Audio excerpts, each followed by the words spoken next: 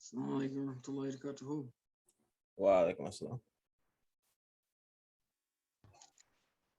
Wa alaikum salam. Okay. It's 9:30. Alhamdulillah. Look at that wrong time. MashaAllah. Right on time. Right on time. All right. So, bismillah. Assalamu alaikum, everybody. Welcome to the R2F show. We are the Return to FITRAH group. We are here to help Muslims that are suffering from spiritual abuse and following deviant teachings, or that are part of or ex-members of Muslim cults. And we do this show weekly at 9:30. So we thank everybody for joining us if you're watching us now live, and we thank everybody who's watching us later. With that, we'll have Mubarak open us up. Bismillahirrahmanirrahim. إن الحمد لله نحمده ونستعينه ونستغفره ونعوذ بالله من شرور أنفسنا ومن سيئات أعمالنا من يهده الله فلا مضل له ومن يضلل فلا هادي له وأشهد أن لا إله إلا الله وحده لا شريك له وأشهد أن محمدا عبده ورسوله أما بعد. Before we begin, I would like to say that for everybody who loves Tawheed and Rasulullah and Allah and the religion of Islam and the Quran and all things Islam, smash the like button and share it with someone who could benefit, so that Allah will bless you and bless others, inshallah. And for all those people, for all those people who, for the shayateen, the murtadeen, the mufsideen, the zalimeen, the people who don't like Tawheed, they don't like the messenger, they don't like the Quran and the Sunnah, and they love shirk. For those people, you can go ahead and hit the dislike button, because I'm sure that you will. So it will be clear how many mushriks we have versus the people who love Tawheed and the religion of Islam and the Sunnah of Rasulullah sallallahu alaihi wasallam. I think your mic's rubbing on your sweater. It's giving a lot of feedback on my end. Oh, sorry. I already have this like crazy. I was feeling myself and it got all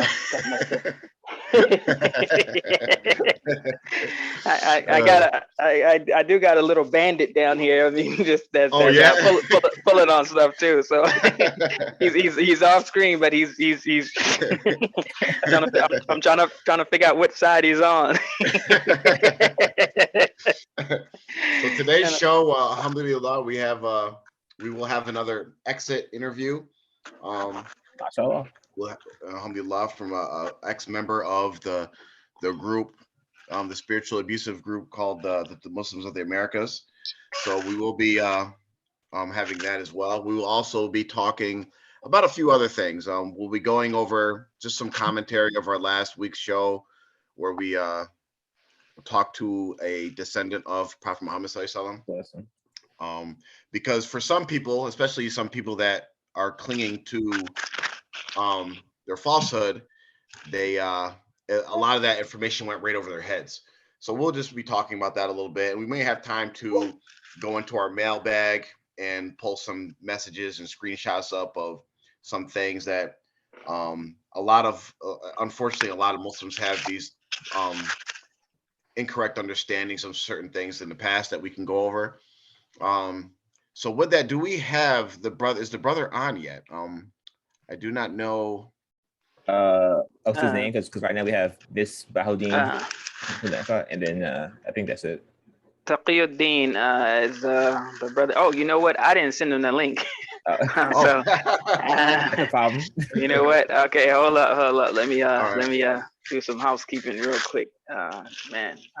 So while we get that up, but we've alhamdulillah, last night's show was just like off the cuff, and really I've received so many messages of how good it was, which is very good. Alhamdulillah. And I was talking to somebody, and I didn't even like realize it, but you know, we all come from kind of the same group where we do these, what they call it halkas, right? The halakha, yeah. Yeah. Oh God. So when it's basically they're getting in there doing chants and acting like fools, jumping up and down, whatever. But what we actually did in engage in was actually what is a real halaqah, when we actually we're at a circle of talking and remembering Allah. And these shows go on for hours, but it's actually really neat when you think about it, because this is actually what a real halaqah is. We sat around for 2-3 hours, remembering Allah and Islam. So it's actually, and it's actually after Isha, so it's tahajjud time. So it's really, really interesting. Alhamdulillah. Very good. I think our brother Muhammad Taqi is in the chat. MashaAllah. Yep. All right. So, Assalamu alaikum, Muhammad Taqi. We're glad you're with us, and we'll let you just introduce yourself to everybody and tell us a little about yourselves and open us up, and then we can get into some questions with you. Walaikum assalam wa rahmatullahi wa barakatuh. Nice being on here, alhamdulillah. My name is Muhammad Taqi. I am the son of brother Salik from Virginia and Zaid, or Karima, for those who are her age, both from Virginia. We used to live on the Ahmedabad West, I believe it was. Yeah, I'm 25. I grew up in Tmoa, spent my 15 years there. Most people do not know this isn't actually an exit. I left the Muslims of America organization when I was 15. Okay. That was a conscious decision based on the things that I saw that did not sit well with my heart, and it didn't sit well with my soul. So this is well before I learned anything about 6 sultans, 7 sultans, any of that. Obviously 10 years before, because we're not sat down and taught about these things. We dhikr about it, and we shout at the top of our lungs about it, but no one has actually sat down and talked about it. So so when you say that you left, did you was it like well known like amongst your friends or your peers, or was it something where you just said, you know what, I'm gonna go ahead and leak out and do my own thing? The thing with that is my entire family moved off the land. I cannot speak for my brothers or my sisters, but I know when we moved off the land, it was around the time where they had everyone signing the paper swearing allegiance to Sheikh Jelani. May Allah have mercy on him, since he's been removed from our existence in our world. It was around that time. So, I wasn't present, when my father decided to, his decision. I remember, they coming to talk to him about it and all these type of things, but we were put in a position where, fortunately for us, Allah had bestowed his mercy on us, and he allowed us the means to leave. And that is what the decision my father made.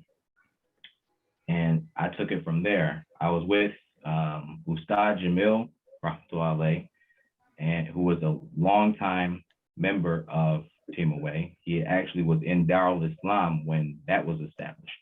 So he's been there since the beginning. It was me, Ustad Jamil, my brother Ali, and my boo.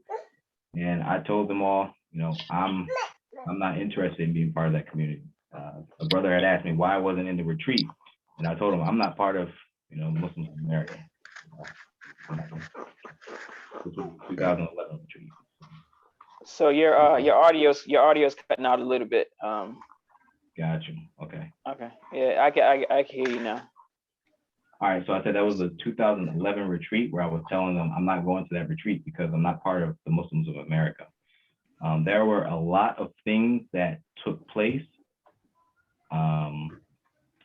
during that exit, where there were individuals who my father knew from the time he became Muslim, or rather the time that he became part of Muslims of America back in the 90s, who would come to him and address him as his government name, so to speak. They would say so-and-so. Yeah. They didn't even know his status in terms of the community, but there was a whole bunch of rumors going around. He made a silent exit and went to the dark side, I guess. You know, they're Muslim. So, you know, when you do certain things like that, of course, that makes your blood boil, and you're just looking at people like, okay, there are certain things that as a Muslim, you not as a Muslim and a follower of Muhammad Sallallahu Alaihi Wasallam, you cannot do. Should not. Yep.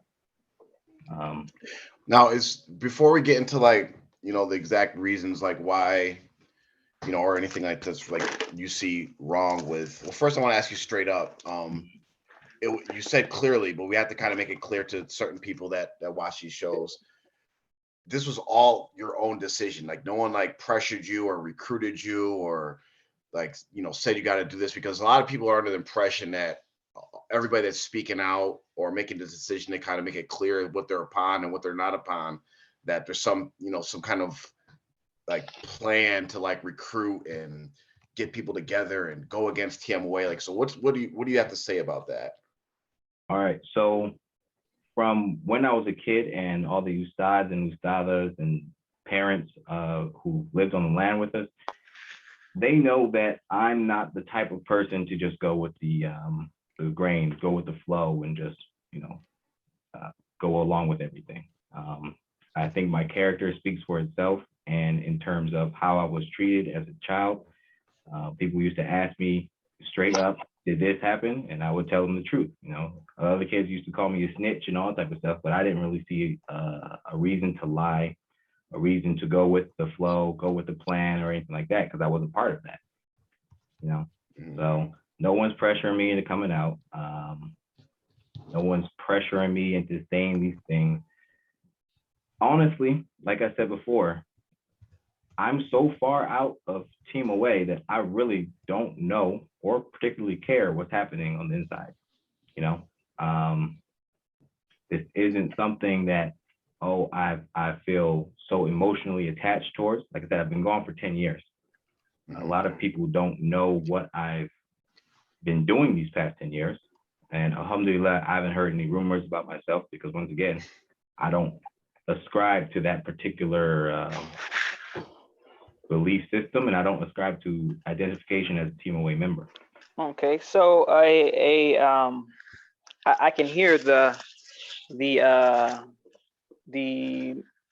people who may be taking the other side, who maybe are TMOA supporters or you know, anti R2F or whatever, and they're thinking, okay, Taqiyuddin, you've been out of the TMOA for 10 years. You said you never really was in it. I mean, so what is the point of you coming on and doing this? You don't have any connections to them, so why even get up in their business? I mean, it's not your affair. Go ahead on with your business and leave us to this matter. What would you say to that? All right, that's a very fair point. I can say this: 15 years of my life, I lived in Tmoa. 10 years of my life, I did not live in Tmoa. So we're 5 years away from where half of my life I lived in this community. Right? Inshallah, if I make it there. We're halfway away. We're almost there. So majority of my life was within this community, and the things that I've seen and the things that I've experienced and watched others experience, they affected me, they affected my peers, they affected the generation before us, and they're currently affecting the generation right behind me and the ones after them. So it is my duty as a Muslim to talk about the things from what I saw that are not from Islam, that are not from the Sunnah of the Prophet Sallallahu Alaihi Wasallam, and are clear and blatant sin, clear and blatant, that will affect the entire community, that will affect the psyche of young men and women, and it will affect the Ummah Rasulullah also. All right, so you got a community of people that you cared so much about that you up and left them. You just bounce. You don't know what they're doing. You don't know what's going on with them at all. So, I mean, Some would say, I mean, how much do you really care if you don't know what's going on with them? But so I would say, to add to that, is that what is it that you're afraid? So you say you're speaking up because you care. So what are your worries as far as if you don't maybe speak up and say something, what could possibly be the type of future that these people your age, younger, older, and things might wind up involved in? All right. So the number one reason why I'm speaking up is because Allah subhanahu wa ta'ala said to enjoin the good and forbid the evil. That's number one. There's if I don't speak up, and because I know there's no harm going to come to me, there's no physical harm, there's no financial harm. I don't believe there's going to be any spiritual harm, no mental harm from me speaking out. So it is now my duty to speak out. Another reason is that even though I'm not in Tmoa community, I have a very close inner circle. And I've always been that way where I've only had a few friends.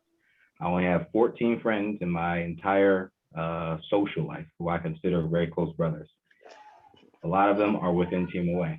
A lot of them have family in Tmoa, you know? So, and this does not mean that they are on the outside looking in or anything. Some of them are involved, some of them are respected amongst them, some of them are popular, et cetera, et cetera. And I've always had talks with them. We've always had inner talks and all that type of stuff, but their children are growing up in this. A lot of people might not know, but Hussein Haq is one of my close friends. Muhammad Ahmed is one of my close friends. That age difference is there, but we've been like that for almost 15 years now, you know?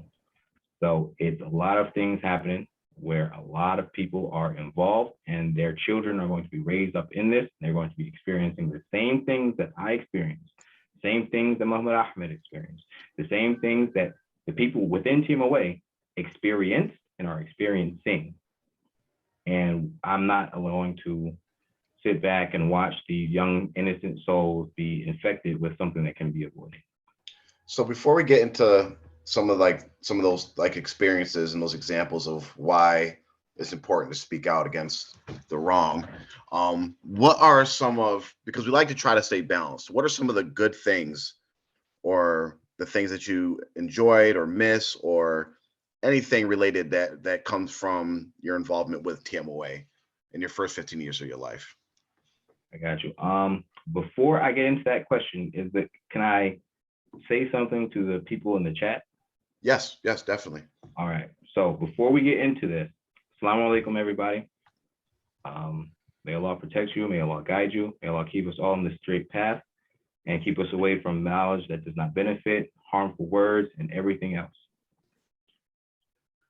Before we move on and before the weeks go by and the months go by, I need you all to stop, take a second, breathe, and if you do not know how to talk to people or give dawah, I need you to take a second and go read up on the life of Prophet Muhammad Sallallahu Alaihi Wasallam, the life of Ibrahim alayhi salam, and I need you to look at how the Sahaba gave dawah.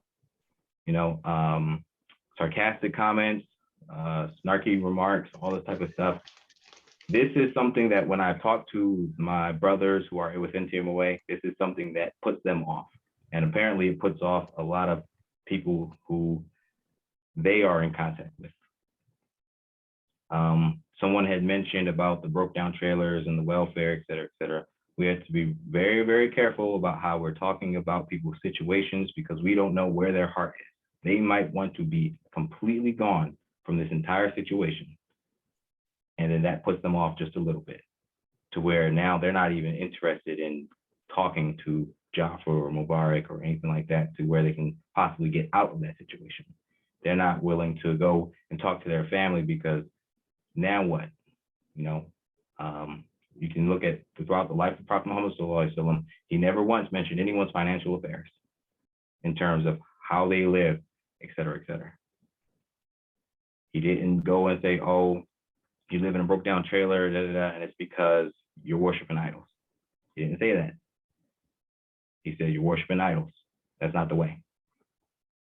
And even there are, and correct me if I'm wrong, there was a system set up to where those who were in need, when they came to Islam, they had a system set up to where they would provide them money, and they would provide them housing and all this type of stuff, until eventually they were able to comprehend that this is not what we need in terms of our afterlife.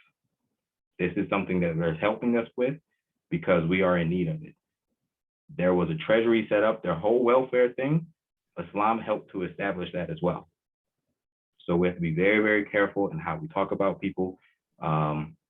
Even Ibrahim alayhi salam in Surah Maryam, when he addressed his father, he did it lovingly. He appealed to his intellect first, and then he started going down the list and trying to bring his father. Even when his father told him, "Get out before I stone you," he said, "Peace be upon you, and I'm going to pray for you.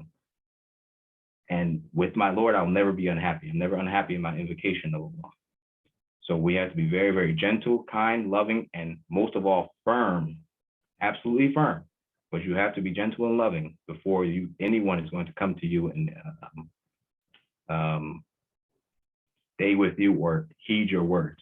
And I learned this over the past year. This is something that I did. You can go look at the comments on YouTube from the old R2F videos, all types of stuff. I was super part of the mockery, super part of making jokes, all types of stuff.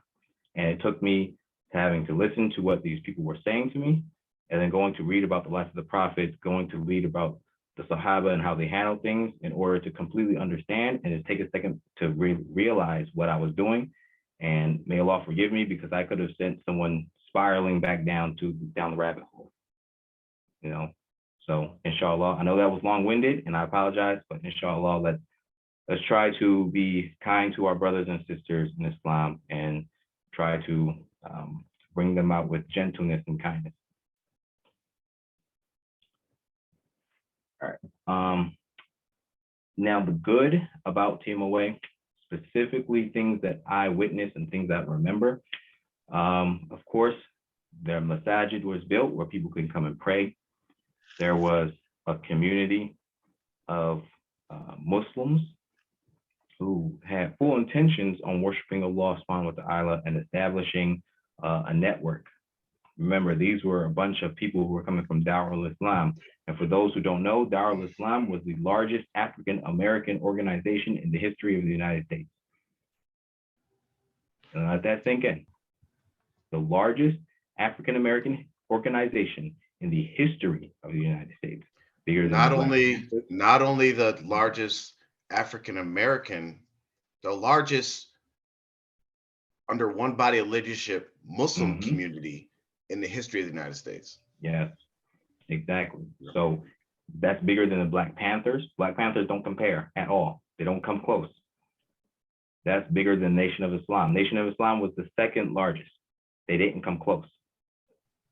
So you have to understand there's a lot of go-getters. There was a lot of people who were coming down and they were putting their best and their all into things. Now, did they do a lot of things right? Alhamdulillah, they did. They do a lot of things wrong. May Allah forgive them for what they did wrong. You know, it's not easy to change your mindset from a type of culture that you were raised in. It's not at all. So, like I said, that happened. They tried to establish Islamic schools in terms of teaching children the Arabic and the Quran and all that type of stuff. So it was a very, very good effort. And there was a lot of individuals, like I said, who put forth the effort and tried to do things. My first thought is of my Ummi with her Girl Scouts and everything that she tried to do to help with the Eids and all that type of stuff. There was so much going on, and she held it down. There was Brother Duhak, who consistently, as the Hussein's book, he consistently woke us up for Fajr and was constantly, even though we were young at the time and we did not appreciate it and we just wanted to go back to sleep, he kept us up after Fajr and he would read us hadith after hadith after hadith and try to instill into us this knowledge so that we could apply it and make it become wisdom. Munir Abdul Mu'min, he started this Bunyanul Marsus group, and For those who don't know, that is, I believe, the fourth ayat of Surah Al-Saffat. And it talks about the ranks, as solid as a brick wall. And that stuck with me throughout my entire life, because at this point in my life, I'm clearly seeing how disorganized the Muslim world is. I actually care about it at this point. And it helped me keep my mindset to where everyone who's in my inner circle, I want to stand toe to toe with, shoulder to shoulder, and make sure nothing happens to our Islam, make sure nothing happens to our family, make sure nothing happens to us as a whole. And that helped establish brotherhood in me. Real brotherhood, not that betrayal brotherhood where someone does something and then y'all just start stabbing people in the back. No, real brotherhood. So it kind of. Oh, I'm sorry. No, you're ahead. So it sounds a little to me like you kind of lean into where you kind of want to get back into TMOA. So let me ask you the question. What would it take? Like, what type of in a perfect scenario? What would it take for Muhammad Taqi to walk back, and return to TMOA? What would they have to do? Is that possible? At this point, I don't believe it to be possible at all. Now, I would have no problem with what has to be done in order for me to do that is, number one, the leadership would have to change. That's number one, because I have a whole bunch of things to say for the things that I specifically witnessed, where I do not believe that the leadership is Islamically qualified to lead anyone. That's number one. Are you trying to say that Noor, who has been accepted by everyone as the leader until her son is ready, are you saying you can't get down with that? Are you a chauvinist or a something like that? Was Aisha radiallahu anhu, the Prophet's wife, ever in a role where she led the Muslims in terms of affairs? I think the correct answer to that is no. But she was a scholar, and a lot of the Muslim Sahabas, men and women, came to her for authentic knowledge and ahadith and accounts of things that she only knew about Rasulullah sallallahu alaihi wasallam. So she did have that. So I mean, does that count for something? I mean, is that an evidence for? That definitely counts for something, but she already established that role. She established a role where the women are supposed to be. And people can call me a chauvinist, people can call me a misogynist pig, all that type of stuff. I don't care. Rasulullah sallallahu alaihi wasallam and his wives already established it. What y'all gonna say? What y'all gonna do? So when you said the leadership, as far as your experience, isn't fit to lead anybody, without being specific as far as names, are you talking about the leadership as far as your life experience, or are you talking about the current leadership as of today? Both, I would say. There are very specific individuals who are exempt from that. People who I witnessed who, when they made a mistake, like in Salah, I'm going to say his name because I believe he's deserving of the respect. Brother Muhammad Ali on the Virginia land, when he would allow us to lead him in Salat when we became of age, and then he would, if we made a mistake, he would try and correct us very gently, very firmly. And if he said something that was wrong and we corrected him, he would say, thank you. He would go back to his home, read about it, then come back and tell us that we were right. And even if we were wrong, he would come back and show us in the book, and et cetera, et cetera. So there are people who sit down and they read. They sit down and they try to gain knowledge. And they try to become a person who is worthy of carrying that weight. I've seen this man in Juma week after week after week ask for money to help those in need. When he was, I think he was in the Mirror or something like that. Or even when he stopped being in the mirror, he was still asked. He was still trying to take care of these things, you know, which is another aspect. Those dues, that's unacceptable. He's begging week after week from poor people. Let's put it as it is. We were poor. It's very hard to find work out in the country, et cetera, et cetera. You're living off of very meager means, which is, alhamdulillah, it's provision. But you're asking the ones who do not have money to help with maintaining those who are even worse off than them, you know? So meanwhile, they have to pay these dues, however knows how much. I settle at $50. So that's where I'm putting the limit at, but Allah knows best and they know what they did. But people like that, they are deserving of a leadership role. But as far as the entire leadership branch, none of them, in my personal opinion, and I'm not a scholar, I'm not a mufti, I'm not a person of knowledge or any of these things, but from what I've seen and I've experienced and what I've seen other people experience, they're not Islamically ready for those roles, period. Right. And what are some of the other issues that that you could point out that you've noticed that's wrong with TMOA and some of the things that go on?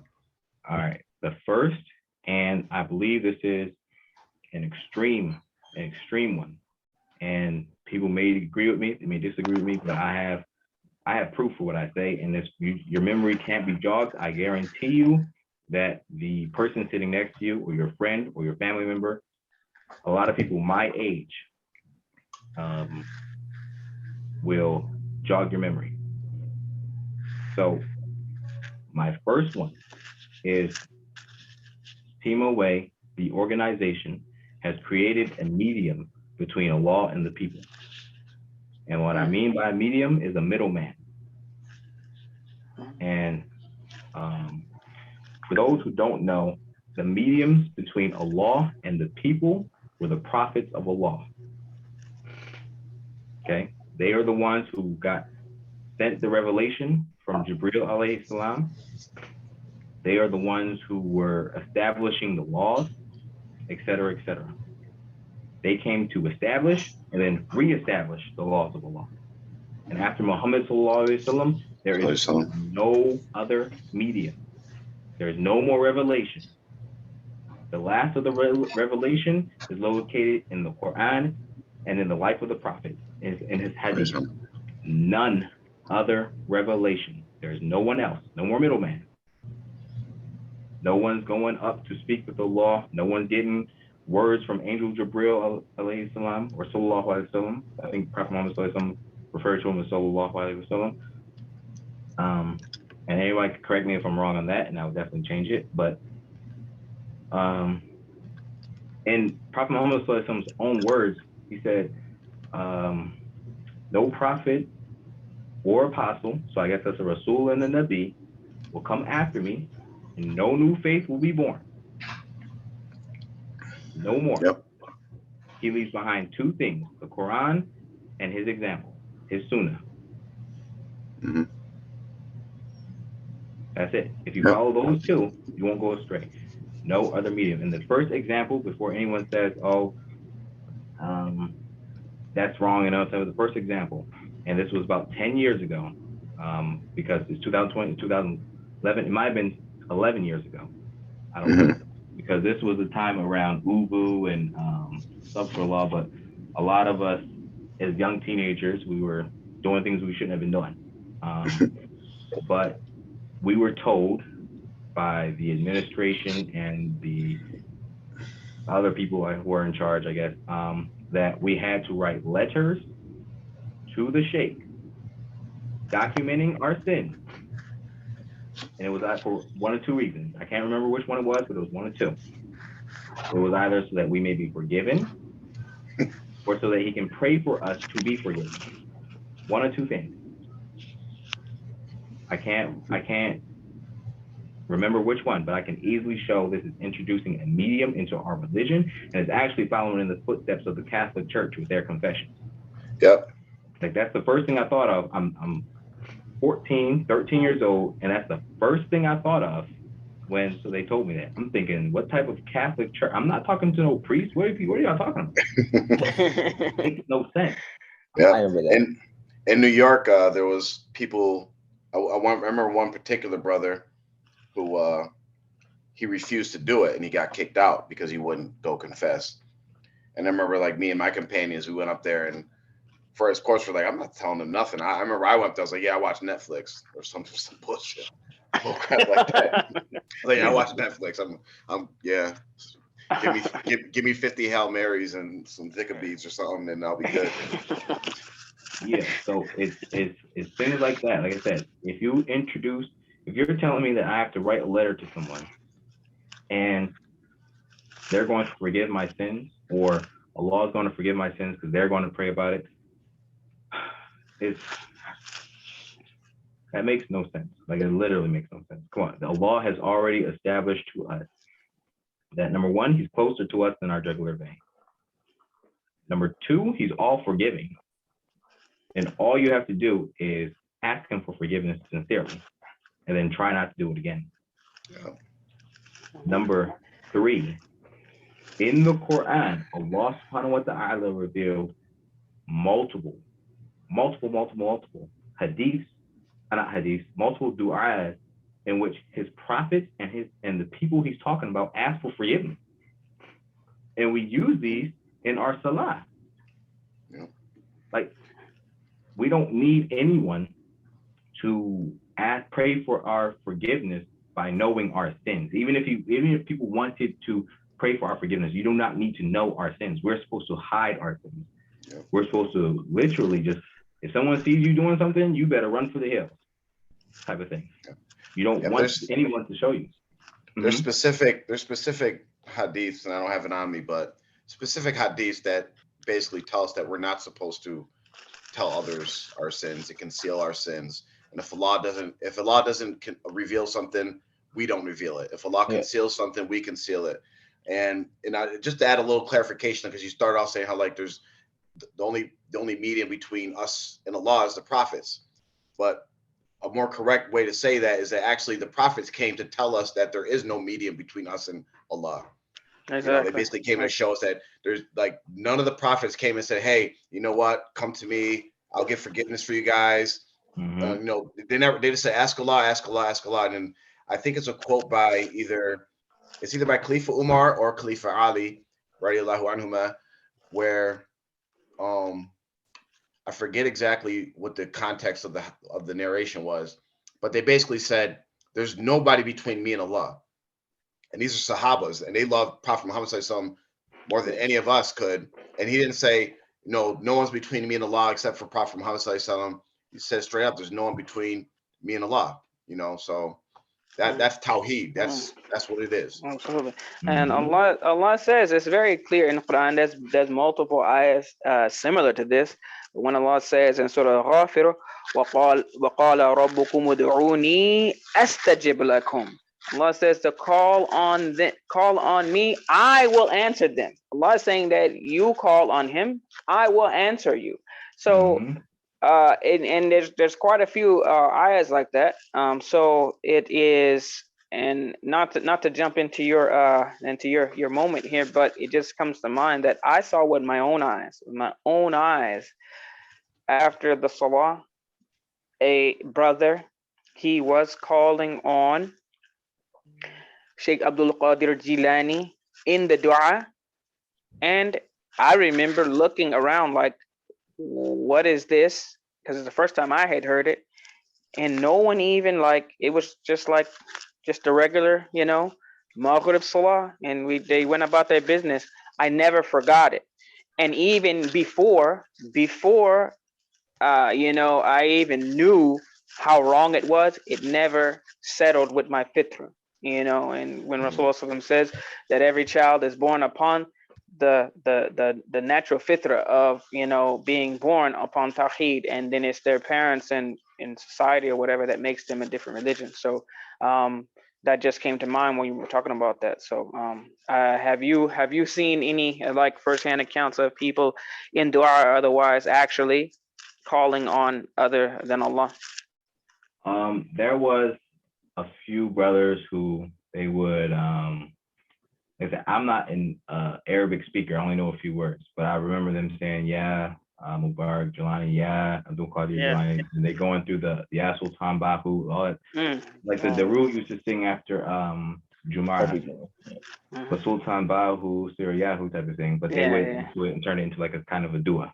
So there are very, like I said, when these things happen, and of course people don't understand, I'm a young child at these points, you know, and I'm looking and I'm like, something's not right, something's wrong.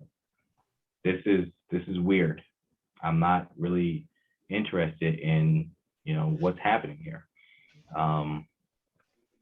Like even like you sit here, and I think people need to understand, or everyone, if you could understand the type of child I was very into books. I read a lot of books. I would get lost in the words. I would go out into the woods. We used to call it the Big Rock. It was right next to the court in Virginia. You would go into the woods a little bit, and that was my reading spot. I would be in there for hours and hours and hours. I would come back home, and my mother would be so mad at me because I was gone all day and she had no idea where I was. And I would tell her, okay, I was just at the, you know, the rock, and I was sitting there reading my book. I'm sorry, I got lost in my book. And I would finish book after book after book after book. And it wasn't always Islamic. It was a whole bunch of, you know, Anna Green Gables, King Arthur, all this type of stuff. Harry Potter. Negative. Listen.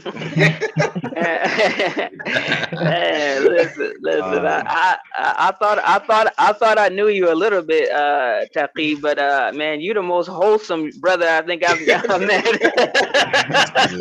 Still was going to the Big Rock and reading books. Oh no, like, he's been the same for a good like 12, 15 years. That's how long time Taqi, like that's how it's been. I wasn't really the most athletic kid in the world, you know. Then I eventually reached that point, but books were the most favorite thing that I could do, you know. I read the history of Islam, the history of the Khalifas. My boo still has those two big volumes of the history of the Khalifate of Islam. It goes from Prophet Muhammad all the way down through the Ottoman Empire, and then it talks about the different ones. This was back in the early 2007, 2008, possibly, when I read it. So it goes a good while, and it helped me learn a lot about people, about individuals, the history of Islam, how we got to where we were, and like I said, my ustads and ustadas who were on the land, the parents of those who witnessed me growing up, and a lot of them are still alive. The older children, my peers, they can all testify of how I was as a child. So me just learning all of these things, just soaking in all of this, and nothing made sense as I'm reading all these things. Like all these books in the masjid, I'm reading them and I'm reading them and I'm reading them. And I'm like, okay, that doesn't match up with this. This doesn't match up with that. But as a kid, you're like, okay, I don't really care. I'm going to go on to my next book. I'm not really involved in what's happening. So, but yeah, it's so like even Salatul Tawbah. We have Salatul Tawbah. We have Tahajjud, where Allah says, or it's a hadith where Allah comes down to the first heaven during Tahajjud. This is the moment where you can beg Allah for forgiveness and everything that you've done. But instead of people doing that, we have to write a letter detailing our sins as if our Lord does not know them already. It reminds me of this a practice like this is done in a lot of other spiritually abusive groups. If anybody's ever watched documentaries, specifically like the Scientologists have this technique what they call it. I think they call it unburdening or something like that, where they hook them up to this machine and they got to confess their sins, and it's going to get rid of like protons or something from their system or some weird stuff. But basically what it is they're using it as blackmail, because what happens is it's actually a commonly known technique, especially among Sufi charlatan sheikhs and groups, is you confess your sins, and then later on down the line, that somehow is brought up, and then it's brought up in the context of where the person who's trying to fool you acts like they have some kind of divine revelation that they know about what's going on in your life. You're not realizing that you put this down on paper 20 years ago, and you're like, how does he know about this? But this is the type of thing that it goes down to, and it puts you kind of in debt, because now you know that these people know that, we all got things that we don't want anybody to know about. And then when you put that out to somebody, that's basically giving them power over you, letting them know these deep, dark secrets that you have. And it could be whatever little thing. It might be even little in the grand scheme of things, but it might be a big deal to you. You know what I mean? And it's just transferring that power's way to manipulate people and control people. So Taqiyuddin, you mentioned you mentioned your parents a couple of times, and I just want to ask you in regards to because I mean your parents were the ones who introduced you to the whole TMOA or whatever. Your story is a little different from those people who maybe have parents and relatives that are still in. But as far as your parents, do you have any sort of resentment, or did you in the past, about maybe what you all were caught up in? So what are your feelings on that? Resentment? No, because as I grew up, I tried to learn about my parents, or once we left, I tried to learn about my parents. What a lot of people, I think I speak for a lot of my peers when I say that we did not know, because I don't know how they are now, but we do not know how our parents were. We did not know who they were before they came to Islam. We did not know who they were before we were born. We don't have the history of our parents,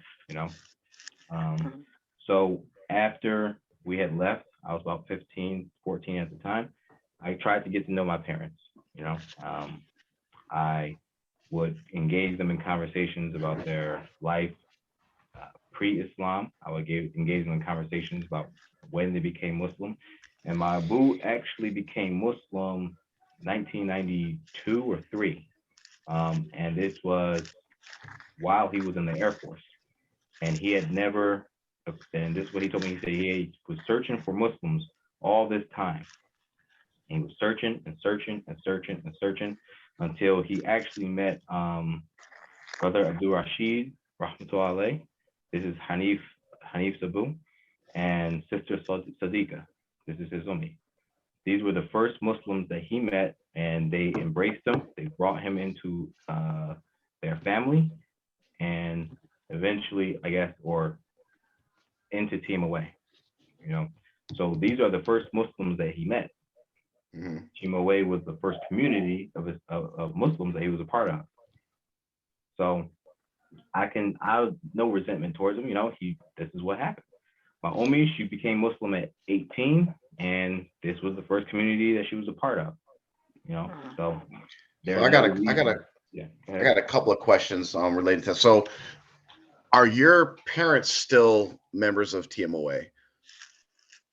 As far as I know, no. They still have, friends who, visit and talk to them and all that type of stuff. But and the second part of this question is, and I think I know the answer to this. I'm pretty sure, but people who are watching this and listening now and will listen later need to hear this, because there's actually being not a TMOA member doesn't really mean anything, right? There's more people that are not TMOA members than are TMOA members, because people hear I'm not a TMOA member, that just means I'm not part of the community, I'm not active, I'm not going to this. What people really want to hear is, do you believe in the teachings and the belief system that was brought by Sheikh Mubarak Jilani? As far as the Seven Sultan doctrine, no. Once again, we weren't even back at that point. A lot of people back in the 90s or the 80s, whatever it is, a lot of people do not know what the Seven Sultans are. No one sat down and talked about it. So when I told my father, he was like, "Oh, what? Okay, get that out of my face, all right." Yeah. Because he said he never ascribed to the what people were doing, all the weird spirituality aspect. He couldn't get with it. That just it didn't feel right to him, and he was not. My father was originally supposed to go to school, or he did go to school as a minister before Islam. I forget which he was supposed to, or he did. He was telling me about his journey. He said in church as a young boy, he was sitting in church and this stuff did not make sense. None of this makes sense. And that carried well into his Islam, where he's looking at people and he's looking at things that are being done. He's like, this does not make sense. You know? So, and of course, I'm just a kid. I don't know he's thinking this. I don't know. And I'm sure a lot of people do not know he's thinking this, but he's saying, I can't get with this. This is not sitting right in my heart, you know?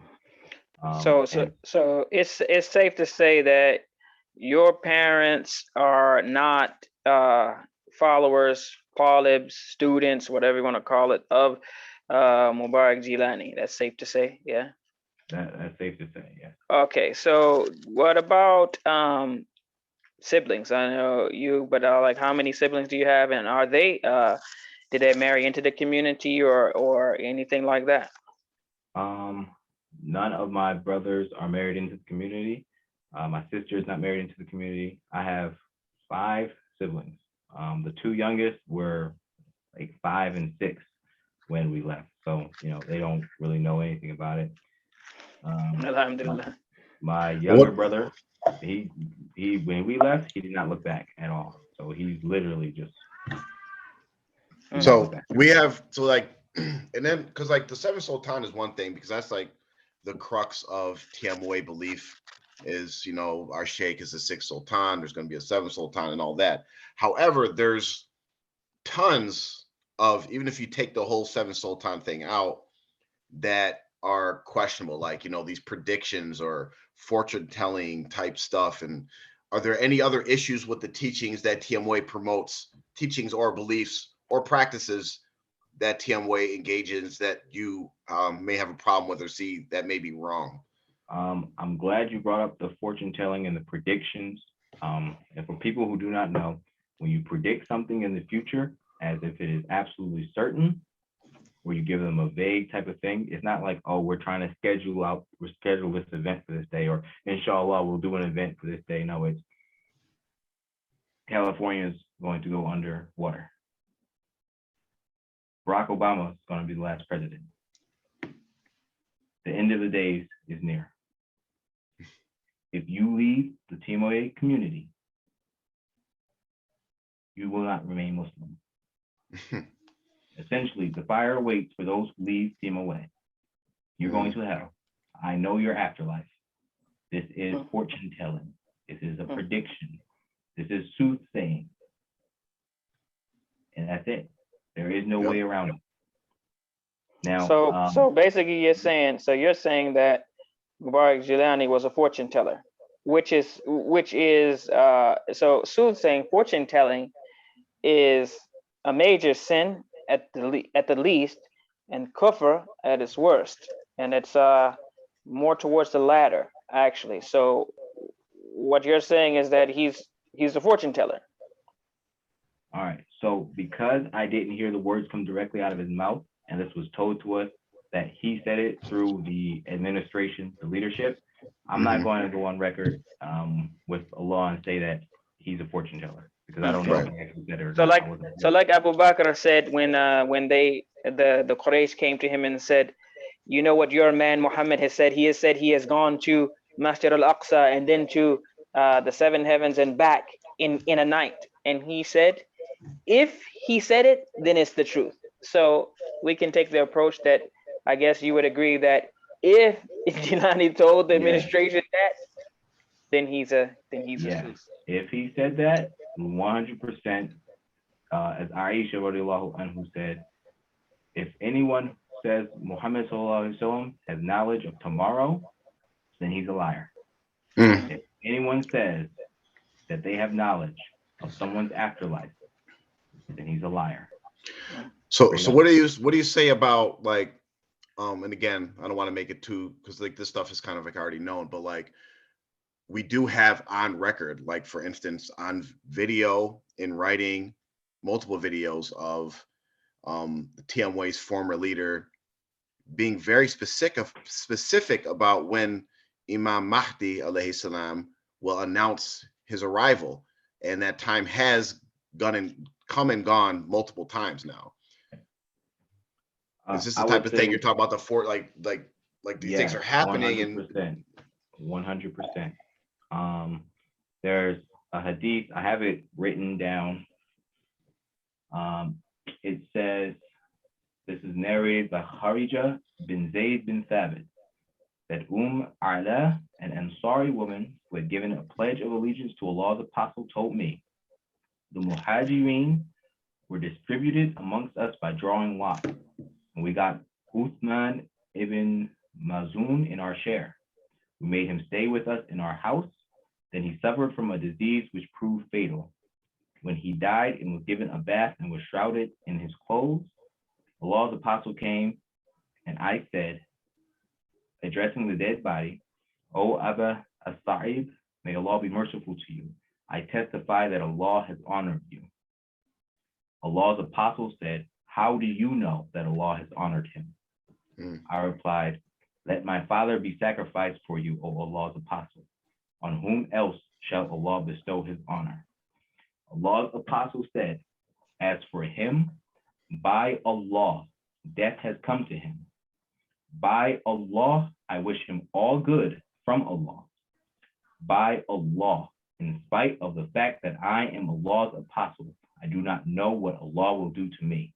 And A'la said, by Allah, I will never attest the righteousness of anybody after that. If the Prophet ﷺ does not know when Imam Mahdi is coming, if the Prophet ﷺ does not know who the Dajjal is, does not know when the Dajjal is coming, if Allah says in the Holy Quran that he is the only person who has knowledge of the last day, then whoever said that Imam Mahdi is coming on such and such day, in so many amount of years, is a liar. There's no way around it. You cannot deny facts. You can close your eyes to it. You can hold your ears, try to cut off every bit of your senses, and you're just going to be like the people who Allah described. They are deaf, dumb, and blind, and they will not look. They will not see. They shut off their heart. Don't do it. Allah says, Allah is telling us this. So, and I'm sure that, you know, especially like after just and everything you're saying is absolutely true, correct. You're being very respectful and very, very humble in how you're conveying the message. And really someone is going to have to be really extreme to kind of find fault in what you're saying. But there will be those who will find fault. And, you know, you probably do have relationships or friends or that are still part of the community. And what happens what most likely will happen is they're going to cut you off, say people can't talk to you, give you salams. What do you have any issues with that common treatment of, you know, the ostracization, the cutting off, the shunning of other Muslims that just simply don't believe in what you believe in anymore? Yes, 100%. So people have to understand that when you boycott a Muslim, it has to be for a sin. Like they're openly sinning. They're continuously doing something. Like they're drinking or something. They won't stop. They continuously go out and fornicate or something. Something that is going to affect you, or they're doing it openly, and you're telling them to stop, and then you take on the boycotting stance if it is going to correct them and bring them back. If you see that it's not going to correct them or bring them back, you have to stop boycotting them. Period. There is no ifs, ands, or buts. You have to stop it, and you have to find another ways or means to bring them back. Or you can say, Allahu A'lam, may Allah guide them, make dua for them. And you don't have to just continuously be in that person's presence. Yep. But when you see them on the street, you have to give them salam. If you see them going to the masajid, help them to the masajid. I mean, all this banning people, ostracizing people because they sinned. What I've noticed within Tmoa in my time there, and from what I've been told by people who've been banned, is that a lot of them are banned because they're not paying their dues. They're not giving money. They're not supportive of what's happening, or they might speak out against something that they deem as wrong. You can't do that. You cannot ban somebody for money. You cannot boycott somebody for money. It's funny. It reminds me of a situation that happens because of the social aspect and the culture of Tmoa, is that depending on who you are, if you sin, it actually turns into a thing of honor for certain people. And I'll give you a good example, because for instance, I'll give you a couple of good examples. There was one individual, I won't say any names, may Allah forgive all of us for our sins and conceal our sins. I'm not going to mention any names, of course, but an individual was unfortunately got caught up into, committing adultery. And Jelani said about this person, Shaitan specifically attacked him personally.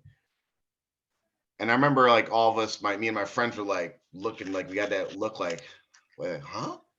Of course, we're trying to make sense of what's being said. It's but what happened was it turned into a thing of honor. It was he was so, one, because the sheikh actually mentioned his name and his sin, and the sheikh actually said, gave him an excuse, no, Shaitan personally himself attacked him. It kind of gave him a pass. You know what I mean? And it was actually he got these private lashings. Usually all the women of Tmoa, when someone commits adultery, it's that dog, stone him, boy, which should be, because it's a very grievous sin. This guy was they were loving this guy after this was said about him. Another example is, and this actually relates directly to the time when what I went through when I got kicked out and all this different stuff. There was another individual that was, no names again, he committed adultery with not only another man's wife, but his best friend's wife. As a man, as a bro code, we know there's certain, I'm not getting into that. But anyway, he was lashed, kicked out the community. And then I remember I got kicked out. And then, even to today, people send me all types of messages and screenshots of what's going on in Tmoa. And they sent me a screenshot of this person, and it was so-and-so's back in the community. And I was wait a minute, I got kicked out for asking questions, and now they're honoring this person, oh, he's back. And it turns into now my stature is higher even after I committed a grievous sin.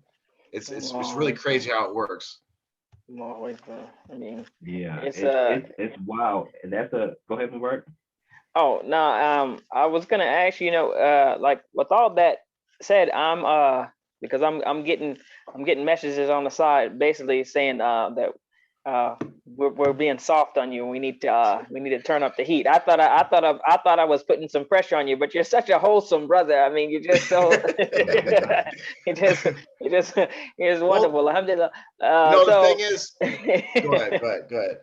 No, what I was gonna ask is specifically, do you have any friends? You named 14 people, which I mean, I think that's just you're just on a different level, man. People can rarely name their friends like that. They have some that are within certain ranges. You got your good friends, and then you got some and then it's like a Venn diagram. It's just kind of some of the circles overlap, and then But so do you of your circle, your circle of 14, are any of those people card carrying, functioning members, Jilani Talibs, Seven Sultan believing members of TMOA? Are any of those them hardcore Jamatis, as we say? Hardcore Jamatis, I would say yes and no. And I mean, the reason I say yes and no is because what a lot of people don't realize is even though they're in the community, they're not actually following what is being taught within the community. And that's just the bottom line. They can say they're 100% in all they want. They can scream it from the rooftops, but your actions speak louder than words. Now, do I believe that they're going to ostracize me and cut me off and all that type of stuff? No. I talked to a few of them before I came on here. I let them know what I was doing respectfully. They told me the problems that they had in terms of what's being said and how it's being said, et cetera, et cetera. Some of them haven't even watched at all, you know, so they don't really particularly care what's being said. They're not engaged. They're just living how they live, which is not being affected, you know, by TMOA or not by TMOA. So it's not really a super big issue for them. The main thing that a lot of them had a problem with was the laughing and the joking and the mockery, et cetera, which I told them I was going to address, and I tried my best to address it. Inshallah, this is pleasing to Allah and them. But like I said, these 14 friends, and I'm not joking, it's literally just a circle of 14 people. These are my brothers. These are people who I've gone through tough times with. And even as a child, I didn't have a whole bunch of friends. I had a bunch of acquaintances, a bunch of kids living on the land, a bunch of this, a bunch of that. And I choose people not knowing that they're going to be this level of character. Honest, I can say that out every single one of them. They have extreme amounts of character. And alhamdulillah, that's a mercy from Allah for me to be even, you know, within that circle. And that just gives me comfort within myself, knowing that, you know, I didn't choose them. Allah just sent them to me, and there it is. I have no worries. So when you say, before I get into the question, I would say that because you brought it up a couple of times, and yeah, we do. We can. I mean, you know me a little bit even outside of here, in that yeah, sometimes I'm a little silly. We can goof off about some stuff. You know what I mean? We can make fun of ourselves. You know, and we can also add others in there. But I would say definitely, if someone has been hurt or offended or anything by something that we have said or done, then that's not our intention at all. And so we extend our apologies for that. But with that said, I am struggling to remember anything that was, over the line to the point where you had to come on and kind of give us a little admonition, which we're not above taking some admonition. I mean, it's taken. So I would say, and I think Jafar would agree with me, is that whoever, whether it's 1, 4, or all 14, whoever they are, if they would like to address us directly, they can come on 1 by 1, 2 by 2s, or whatever, and express directly about what we're doing wrong, why it is that for the ones who are, as you say, in and out, why they're there. I find it, and you said they're high character individuals and people that are really good people that you felt like Allah sent to you. So with that said, people of very high character, they don't need to shy away or worry about their words, not hitting the mark or whatever, because when you speak the truth and you speak from what you truly believe, and you believe that upon correct understanding, or what you believe to be correct understanding, then it shouldn't matter what audience you have. You should be able to come on and state it directly, very clearly, articulate it. And this is what I say all the time to people. Even the surah, Qul huwallahu, Surah Al-Ikhlas, right? If you can't explain that surah clearly to another person, then you don't understand it yourself, and you need to know that surah very well, and you need to be able to articulate it. So for these beliefs or even disagreements that they have with us, more than welcome. We will treat them graciously. But I would love for some person, and none of them have been able to stand up. They comment on the sides and from the sidelines and through back channels and make private groups to privately refute. But I mean, I would like for one. So maybe you know one that truly believes in, or at the very least doesn't find it as wrong as you and I do, as far as the whole thing with TMOA. So, or even privately. It don't have to be on our show. Like we're not doing this for likes or subscriptions or whatever. If you want to address us privately, this has come up a few times, and I've been holding my tongue a lot about this. We recognize, we said this in our very first show, that we're going to do our best to try to keep serious and not laugh and joke and all that, which I believe we've done a very good job of. Of course, we slip up here and there, and like Mubarak has mentioned already, that we're not above being admonished. However, I would like to say to everybody, for us that have been doing this for a long time, and for us that have been given dawah for a long time, and we're not talking about dawah where we just generically put out content and it's fluff and it just makes people feel good and everybody wants to hear what you're saying. We're giving the type of dawah that the people that we're giving dawah to don't want to hear what we're saying. And when you're giving dawah to people that don't want to hear what you're saying, the first thing they're going to do is to look for a reason to not listen to what you're saying. And that common reason is that when they have no argument about what you're saying, is they start getting into arguing about how you're saying it, where you're saying it, and when you're saying it. And how you test that is you ask them, okay, give me a specific example of what you're talking about. And they will either have to go back and frantically search for that needle in the haystack, or they won't say anything. And the next thing I would like to say about that is these same people that have a problem with how we're giving our dawah, right, are the same people that watch the comments, that know what's being said on the other side. We don't know we know a lot of what's being said because people send us stuff, but they know what's being said on the other side about people being bitter, that they're munafiqs, that they're enemies of Ahl Bayt, that they're Wahhabis, that they're all these different things. But these same people will not make one comment to those people on the other side. And this is how, and I'm going to say it because I'm just going to say, this is how you know you're in a cult, is where you feel comfortable addressing people that are trying to correct you and sincerely help you. But when people are doing worse, or we haven't called anybody munafiq, we haven't called anybody a kafir, we haven't called anybody an enemy, we haven't done any of these things. And these same people are not addressing those people who are saying that. You know why they're not saying that is because they're afraid of the backlash. And the one thing I wanted to mention to you is like, yeah, you have close friends. We've all had those close friends. But this right here, what you're doing, and I don't think, and I don't say this to people until after they speak because I don't want to scare them. Some people don't realize the weight of what you're doing, because I guarantee you, and we'll check back maybe in 3 to 6 months with you and see if what I'm saying is true or not. And if I'm wrong, I'll buy you dinner. But I guarantee you that number of friends that you have at 14, that number won't be 14 in 6 months.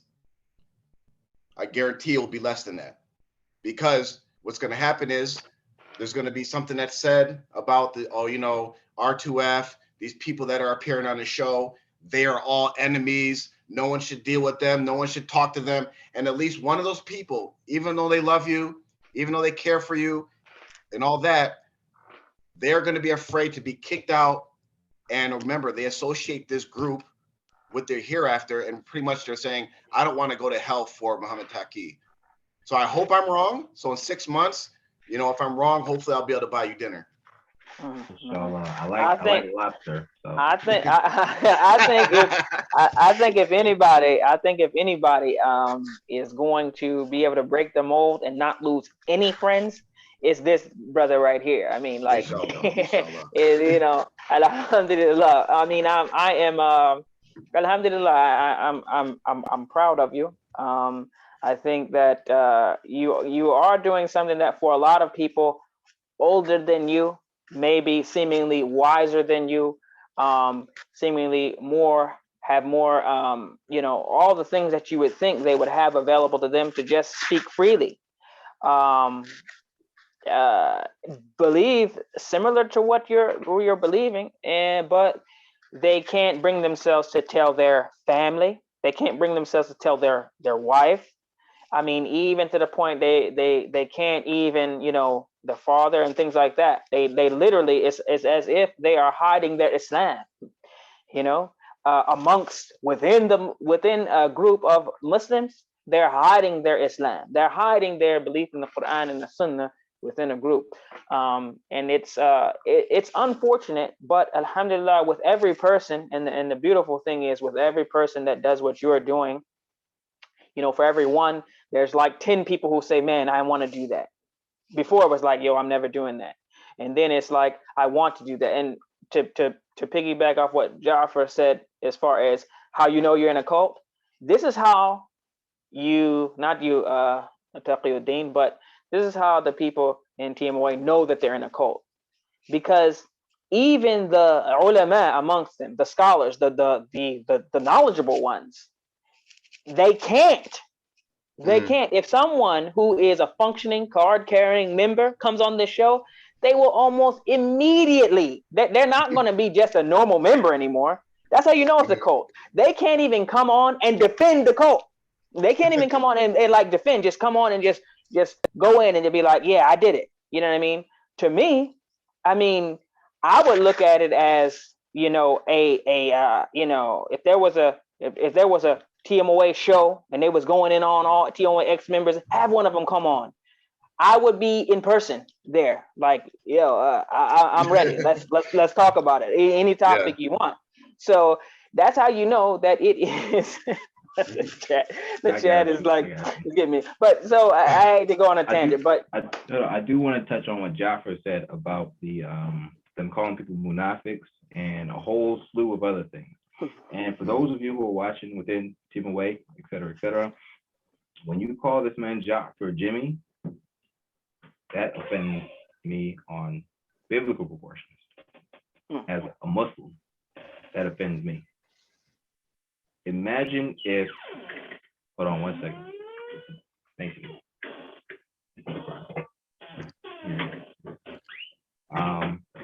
Hey, wait, hold on, pause. Wait. Yeah. Bring me some water, you know. I'm just looking at that smile, like, oh wait, what's going on here? Oh, okay, I see what's going on. You know what I'm saying? Yo, this the most wholesome dude in the world. I mean, seriously, I'm like, man, I got two sisters, and I'm almost like, I already know you're married, brother, but that shouldn't matter. But still, yeah, I'm almost good thing you said it before she got back to the computer to listen. Don't hear you say that. I just said, hey, we don't want you getting hit with that bottle of water. I gotta throw it at you. But that personally offends me, specifically because can you imagine if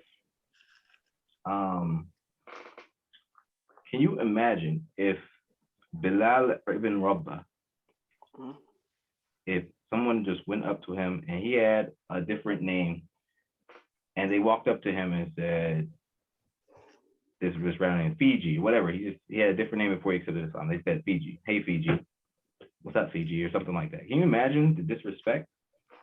Can you imagine, like, if you aren't going to do this in person, don't do it. Like, you doing all this on Facebook, you doing all this on WhatsApp and all, Jimmy. Fear your Lord. The thing is with that is real. The thing is with that is I am personally not offended by them using Jimmy. I know, principle, Jaffer. But I know they're trying to offend me. But the thing is like that's the name my father gave me, which is a very honorable name. He named me Jimmy James, James Griffin, and he named me Jaffer. That like I don't get offended, but I know they're trying to offend me because they think it's offensive. But if they do their research, the name James is, if you check the etymology of it, it actually comes from Yaqub. It's another version of Yaqub. So they're trying to offend me by just. But yeah, I get your point. I appreciate you saying that. Thank you so much. I do appreciate the whole Munafik situation. I remember when I was in the 2010 retreat, and I talked about people to this last year when I was, going into the Seven Sultan thing, the whole doctrine, reading the Risala Ruki and all that type of stuff. Mm-hmm. And during the 2010 retreat, that was my first and last retreat ever. A brother was talking about how Sheikh Jelani was a reincarnation of Rasulullah. So I told this brother, this is Islam. We do not believe in reincarnation. That is Hinduism, Buddhism, and all this other stuff. And he went on to say that I was a Munafik. Now I'm oh my goodness. And I'm staring at him like, okay, if this is your belief system, okay, if you want to do that, that's cool. But people have to understand, when you call someone a Munafik, when you call someone a liar, these things hold weight. You have to realize we don't understand that we walk around with this bag of honor on our shoulders and all that, but we really don't feel it as much living in the society we live in. 100 years ago, someone would have fought you. 200 years ago, you would have been killed. 300 years ago, your whole family would be killed, et cetera, et cetera, et cetera. The wars broke out over calling someone a liar, calling someone a hypocrite. When you say that someone is a Munafik, you don't know the weight of it. As like Muhammad Ahmed said in his video, one of you is a Munafik. And if that guy ain't it, you just screwed yourself. In biblical proportions. Your Lord is watching you. Your Lord is watching you not give someone salam. Whoever gives salams and the other person does not answer, what does your Lord say about this? What does your prophet think about this? And we have said it before, but I think on the Munafik tip, we should just reset it real quick in the fact that a Munafik is someone who hides their true beliefs and pretends to be of the larger group, but within that group, they're hiding it. So does that fit us who are very clear with what we believe? It's wide open. We're literally telling you every day. Or does that fit on many levels? You can have one level as that within TMOA, there are people who actually don't really believe in it, but they're sticking around because of the social thing. They want a social benefit. So if anything, that's a Munafik, right? Because even the hardcore Jamadi who's like, Jelani is, everything and we'll do everything for Ahlul Bayt and all these people, I can at least respect that because they're very clear. They're very clear on their shit, okay? But the person, and that's why I say these people have to come out and say something, because they're fitting purely into the category of a Munafik because they're hiding their true beliefs. I don't want to say like the Munafik as far as when Allah says in the Quran, but if you want to go by the definition of what it is, someone who's they're hiding what they truly believe. And then TMOA in general amongst the main body of Muslims, I see them all the time. Somebody dies, they go to the Somalis and all these people to borrow their hearse and all these things, or they'll go to their masjids because they have the big iftar spread and everything, but hiding the fact that they really think they're not even Muslims or barely at that. Won't even, really, they don't even see them as, really even part of Islam, because if you leave the group, you're not part of it. So who's the Munafik really? Who's really displaying the characteristics of Munafik? The person who's very clear and open about their beliefs, and challenging anyone to shut it down, or the one who goes in their secret groups to refute, but doesn't even have the courage. It's not even a fight. It's not even literally. It's on the internet, not even in person. Just log in. Just log in and have at it. So Muhammad Taqi, so I'm gonna give you a little scenario, and then you just tell me your thoughts. So you're driving, it's Jumu'ah, and whatever, you get lost or you get broke down, and you just happen to be, Jumu'ah is about to come in. You're not gonna have time to make it into town or the local masjid, and the closest place to go is, one of the Tmoa lands, and you pull up. What do you think is gonna happen when you pull up to try to go make salat there, and what do you think about that? What would probably happen?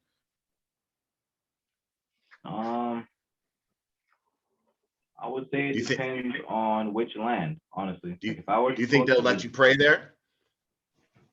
No. And this is, oh man, this is one of the things that I think is one of the most important, like right under creating a medium, not allowing the Muslim to pray, not allowing a Muslim to fulfill their Lord's right over them. And like, I'm not very well-known type of person. I'm not super popular. A lot of people don't know my face. When they took my face off my Facebook, that was my BSU, Black Student Union type of picture. You know what I'm saying? Even at college, no one really knew who I was. I don't put myself out there like that. So I think I could sneak through and make myself loud. As far as them allowing it, if they knew who I was, I don't think so. And that is an extreme problem, because I watched them turn people away. Just as a kid, watching them turn people away from Juma, watching them turn people away from Eid prayer. You cannot pray here. There was a few times where, like I said, a person deserving of leadership actually allowed the individuals to pray, and then they send them on their way. Yeah. Which would be reasonable. But as a whole, they do not allow banned Muslims to pray. And if you look at Surah Al-Alaq, where Allah addresses Abu Jahl when he was trying to prevent Prophet Muhammad from praying at the Kaaba, this whole half of that surah, or I think it's more than half, because I believe the first 5 ayats were revealed in the cave, and then the rest of it was about Abu Jahl. Somebody correct me if I'm wrong. But this whole entire surah is about Abu Jahl trying to prevent someone from praying to their Lord. What is going through your mind? And people have to realize that this is not just an individual sin. This is a community sin. This is, and once again, I'm not a scholar, I'm not a mufti, I'm not any of these things. I just read books. That's all I do. I sit there and I read the book, and I try to think and I reflect, and I try to apply it. Just like if the community does not bury a Muslim, no one takes it upon themselves, that's community sin. You have the person who gave the order to not allow this person to pray. You have the person who conveyed this order to not allow a person to pray, to not allow a person to bow their head to their Lord. You have the person who executed the order, and then you have the people who witnessed it and didn't do anything. So just give a little context, and I can just read them real quick. It's from Surah Al-9 of Surah Al-Alaq, and Allah says, Bismillah, he says, have you seen the man who prevents a servant of ours from praying? And he continues, says, what if this servant is rightly guided or encourages righteousness? What if that man persists in denial and turns away? Does he not know that Allah sees all? But no, if he does not desist, we will certainly drag him by the forelock, a lying, sinful forelock. So let him call his associates. We will call the wardens of hell. Again, no, never obey him, O Prophet. Rather, continue to prostrate and draw near to Allah. Yeah. So for people who, like I said, this addresses the hadith of the Prophet, or the story about Abu Jahl sending people over to mess with the Prophet while he was in Sajda. Like I forgot his name. It was one of his lackeys. He went over there and took the camel skin, that freshly gutted camel, and put it on the Prophet, and he could not move. He could not get up. And Fatima radiallahu anhu had to come over. This little girl had to come and pull the camel off her father. And that is when the Prophet sallallahu alaihi wasallam made dua to Allah to handle these people, and they were among the ones who died at Badr. So people like you're preventing a Muslim from praying. Do you are you serious? Do you not understand that your Lord is sitting here watching you? The day of judgment is coming, and he's going to ask you, why did you prevent my servant from bowing his head to me? Like, do you really think that you have enough good deeds to where you can we can say to your Lord on the day of judgment, it was private property. He was banned. It was an order. Like, what are y'all talking about? It was a directive, the Shura Council. And this leads into another thing, where Allah is Surah Al-Haf, I believe, in 104 or 102, or Allah asks, or he says, are you going to take my servants as protectors instead of me? And then that's part of I think it's 102. And then in 104, I believe he says, the worst thing is when you believe you are doing good and it's all for nothing. So you think you're doing a good deed? You think Allah is about to reward you for preventing someone from praying? Well, what if they say to you, my sheikh, my murshid, or my imama, I don't know, Mubarak, you're better at Arabic. What do you call a female imam? Sheikha, Sheikha. My sheikha had a dream, and Rasulullah sallallahu alaihi wasallam came to her in a dream and told her that we're not allowed to let these certain people pray here. What would you say about that? Because a lot of times people delve into these, going into dreams and then using that they saw Prophet Muhammad sallallahu alaihi wasallam. Like the whole Jamaat actually was founded on dreams, believe it or not. Just dreams certain people had. All right, my first question, because I don't know if this is I think are women allowed to be sheikhs and imams and such? They can be. Yeah. I mean, as far as a sheikh, as far as someone who's knowledgeable, yeah. I mean, they, like we talked about in the beginning, some of the foremost, one of the top scholars in all of Islam is Aisha radiallahu anha. So there's no limitations for that.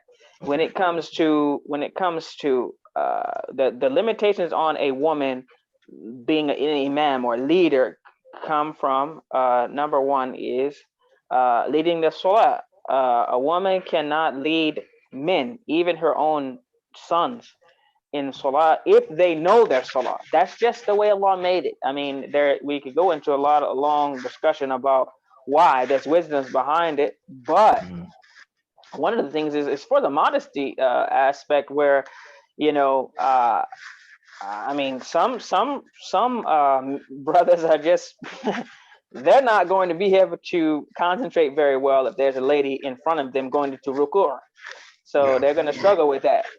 So that's one thing. So if the women are behind, women don't have that issue with constantly looking at stuff. I mean, they might, but they're not like men. Men, they struggle with that a lot. So when you're trying to concentrate on Allah, having a woman in front of you is problematic for a lot of men.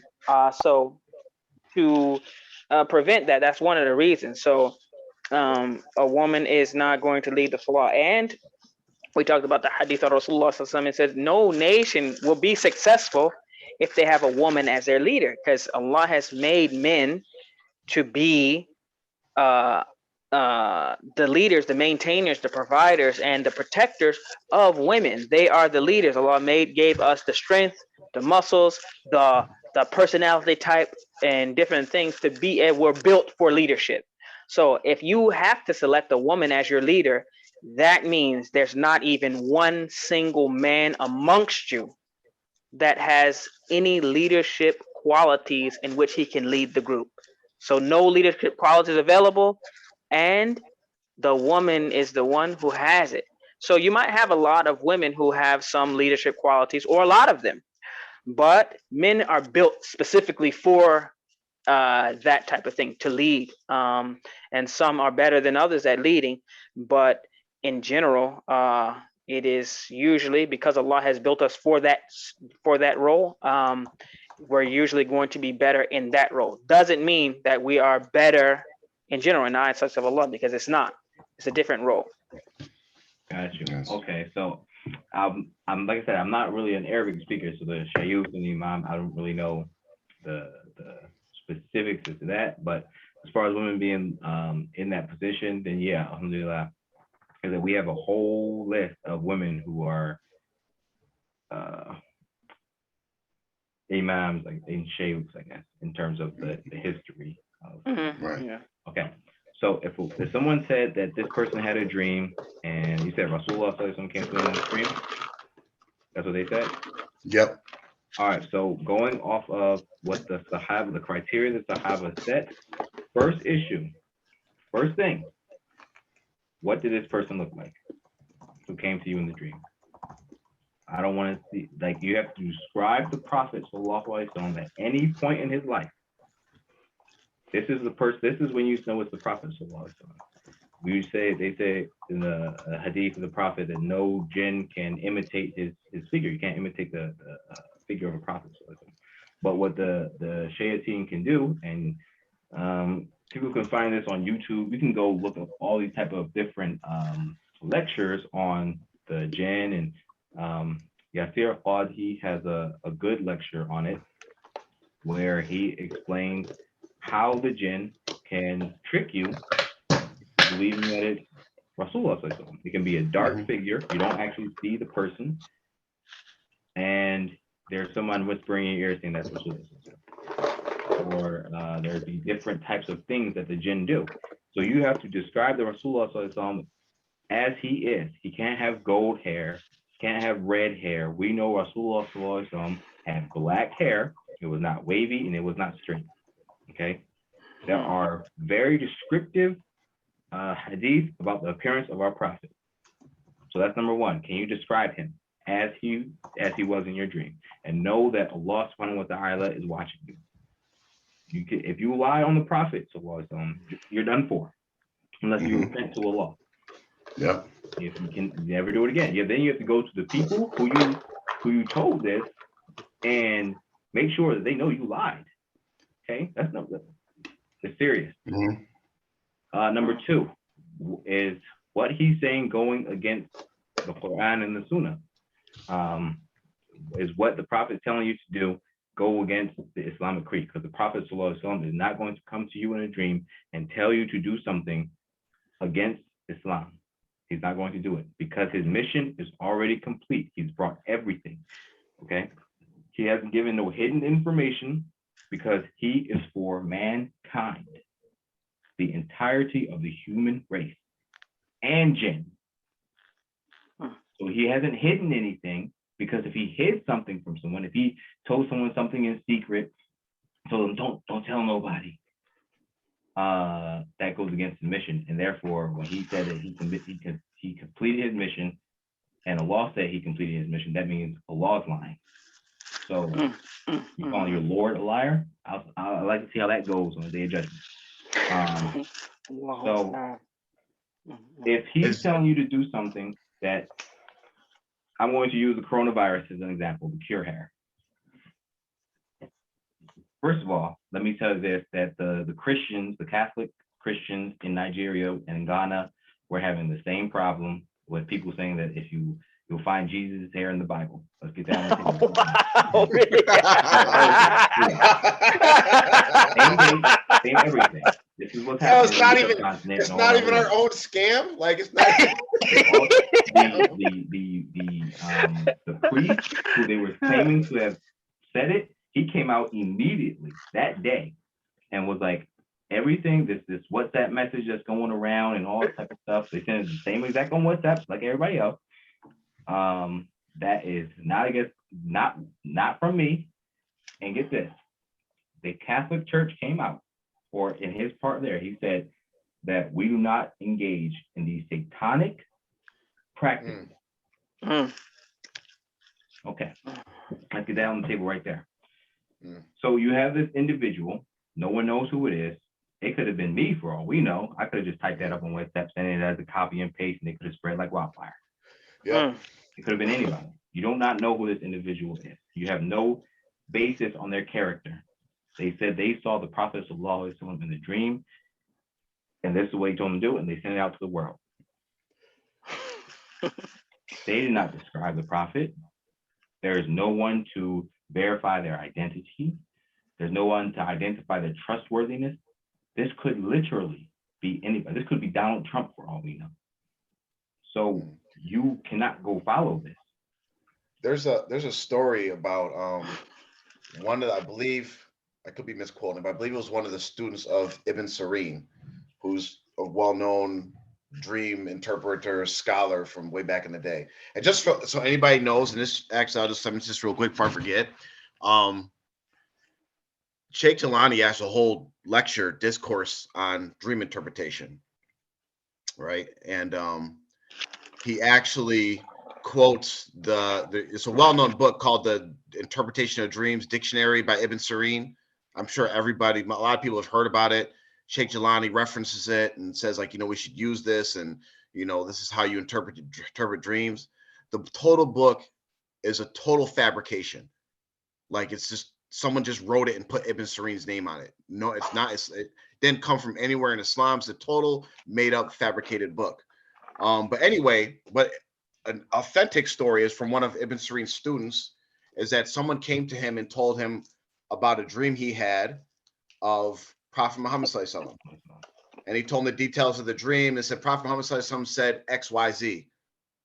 And the person interpreting the dream said, well, no, Prophet Muhammad ﷺ told me ABC.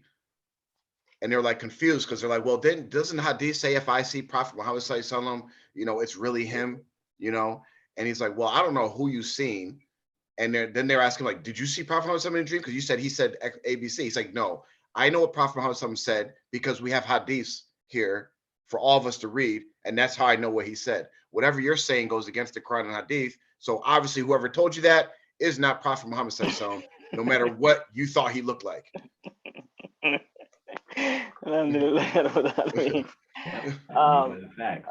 Okay, brother Taqiyuddin, is there any points that we haven't touched on, that we haven't gotten to, that you feel like you need to address or put out there? I would like to address this if you do not like it, leave statement that everybody keeps saying. And people might say, okay, you've been out of TMOA for 10 years. Why are you talking about this? When I was 20 years old, okay, this is around the time that I finally started on my journey. I was 20 years old. At that point, I had spent 5 years out of TMOA. That's 1/4 of my life. 1/4. So you all have to understand, because just as I'm sitting here talking to you and I'm about to allow y'all to into my life a little bit, your brothers, your sisters, your cousins, your aunts, and your uncles have all experienced similar to what I have experienced. I was just fortunate and blessed, and Allah had mercy on me, where he pulled my family out and he set us aside, and I was able to go and I was able to experience the real world. Okay. first of all, for all the administrators who keep saying this, and wherever you're getting it from, could you imagine Umar radiallahu anhu saying this to somebody? If you do not like it, leave. Like when the woman, the Mahr incident, when he tried to restrict it and she let him know what the Prophet had said, and he said, okay, and if you don't like it, you can leave. Like, no. Imagine Abu Bakr radiallahu anhu saying that. Imagine him saying that to Umar radiallahu anhu. When Umar radiallahu anhu came and questioned him about his decisions. If you don't like it, you can leave. That makes no sense. It makes no sense. It makes no sense. It makes. But that. What? But you're a smart guy. You're young. You know, you've been to school. You've been educated. It has to make sense because, especially when you throw in the phrase that we're here to guide all of mankind, right? That's one of, like Muhammad Ahmed touched on this, talking about that contradiction. You're here to guide all of mankind. You're here to provide clarity and peace to the people. This is your purpose. This is your mission. This is the mission of Rasulullah. So how you got this mission, Allah knows best. But this is your mission. So a member of mankind has come to you to gain clarity, to gain peace, and you tell them to leave. If you do not like it, leave. So there is no, this is why I keep saying that the people, the administrative, the leadership of the Muslims of America, aside from the select individuals, have no business being in charge of anybody. No one. Imagine, oh my God. This is one of the reasons why depression is so rampant in the African American community, number one. I'm about to bring a point. Imagine you go to your mother or you go to your father and you tell them, hey, the way you talk to me or, you know, this that you do is really hurting my feelings. And can you please stop? If you don't like it, you can leave. You can leave my house. It was funny. It reminds me of a meeting one time they had up here in New York, and it had all the big wigs, the Shura Council. You know, in New York, like when you have these meetings, like they're all here. You know, honorable this, honorable that, Saeed this, Saeed that. You know, they're all there. And so first we come into the meeting, and everybody is one of those meetings like actually everybody was kind of in time. Building's full. All the administrators were in there waiting for people to come sit down. Everybody sat down. And then after everybody sat down, they kind of like whispered to each other. Then all of them got up and left and walked out the building. And we're all like, what the hell? What's going on?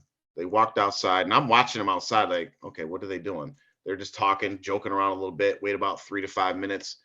Then they come walking back in to have everybody stand up for them to come in.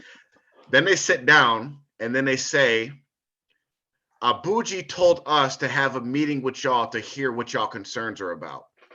So like that's a simple statement, but you actually, like, I'm one that pays attention to words, and when people say things a certain way, it tells you really what they're meaning.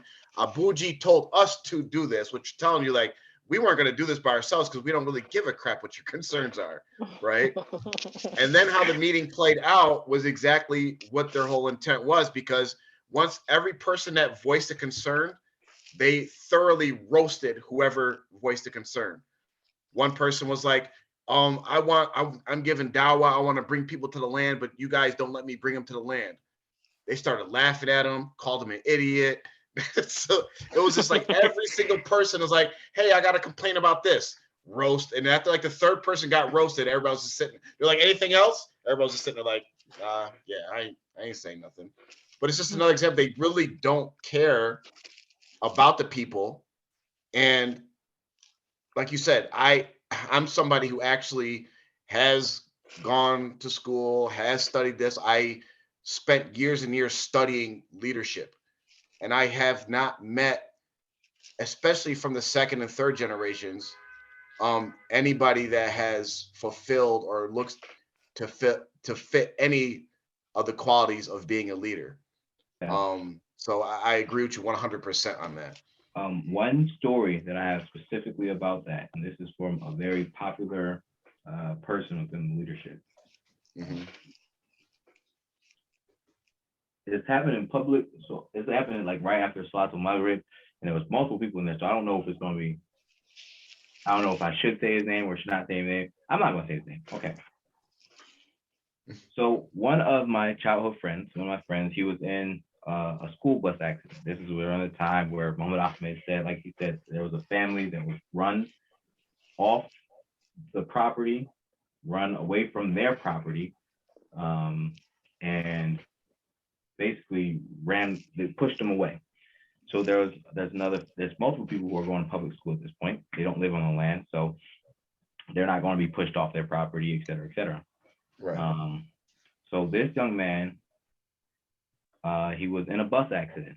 His school bus driver, he had a heart attack. They all went into a tree. He's severely injured. I believe he had to be airlifted to the hospital, all that type of stuff. That was a good day.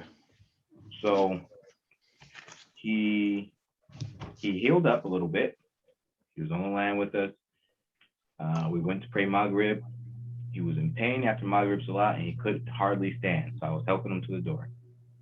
This individual, this Khalifa, first time I've ever met him in my entire life. I've heard stories about him, all this type of stuff. This wonderful man. And I've talked with, it was Khalifa Hussein. I was about to say, yo, he's in the chat. He's in the chat right now. You better watch. I hope you remember this. Because I will never forget this a day in my life. I'm actually getting emotional because it's making me so angry.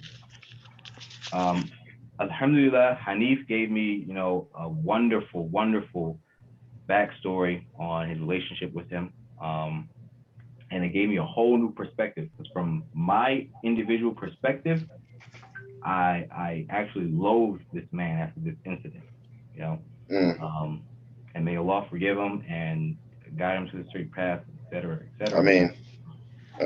Yeah. So Hanif gave me a completely different perspective of this person, of his vigor and this like Mubarak was saying, this personality of leadership. Apparently he fits all these criteria, but he lacks this one. So I'm helping him, this young man, to the door. And remember, this is a childhood friend. This is someone I've grown up with, kindergarten, preschool, et cetera, et cetera. And he's groaning, and he's grunting, and this man looks up in his eyes and says, "What is wrong with you? What happened to you?" So he's grunting, he's groaning, he can't really respond. I'd say he was in a bus accident. His school bus driver, he hit a tree.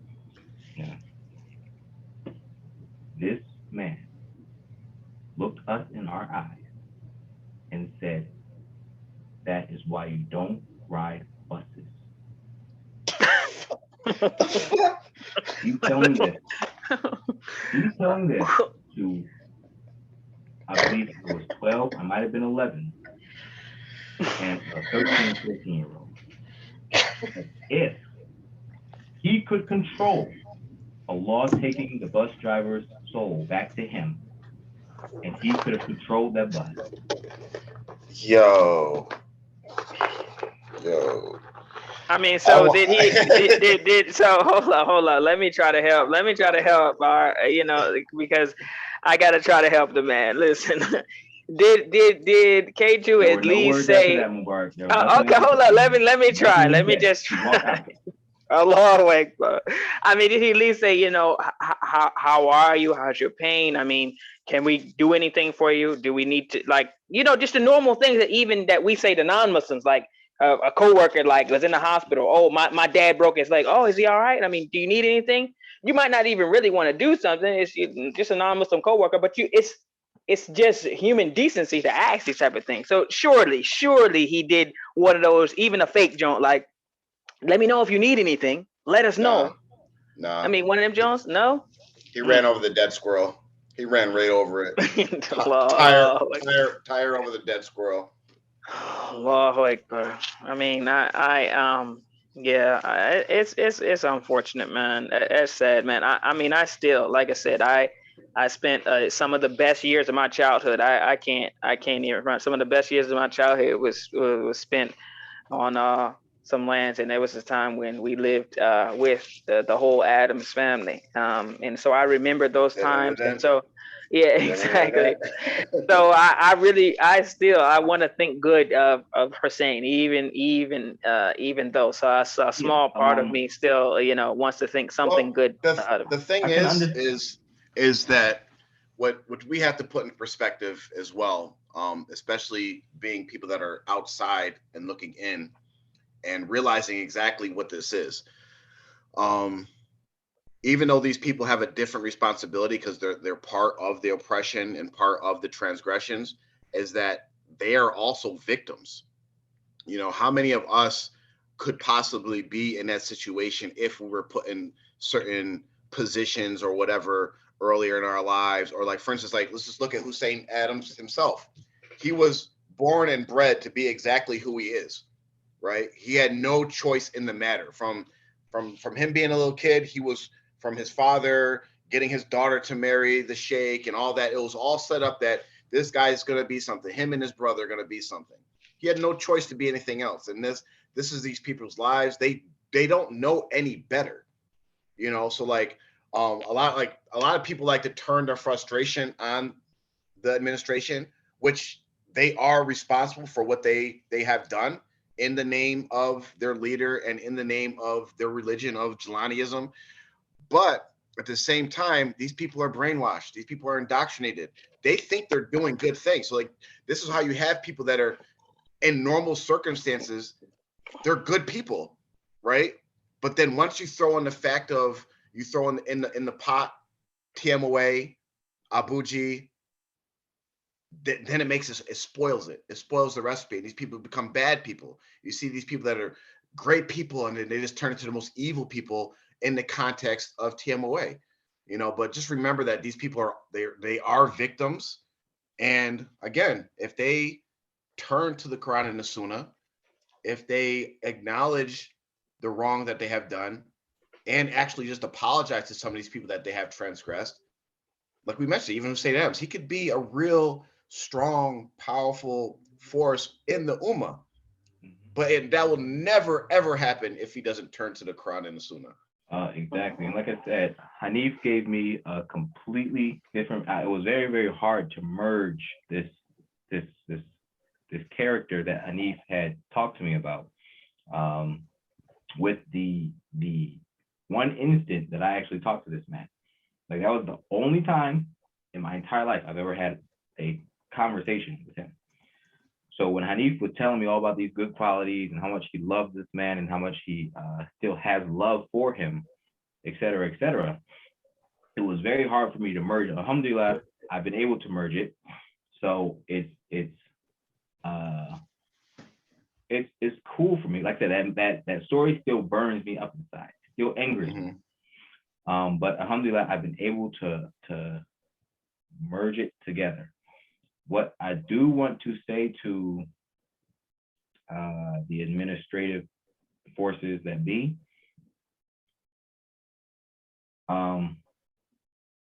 when the Prophet Muhammad made dua for Umar bin Khattab and Amr bin Hisham, one of them, to become Muslim, because he knew they both possessed things that would absolutely change the entire dynamics of Islam.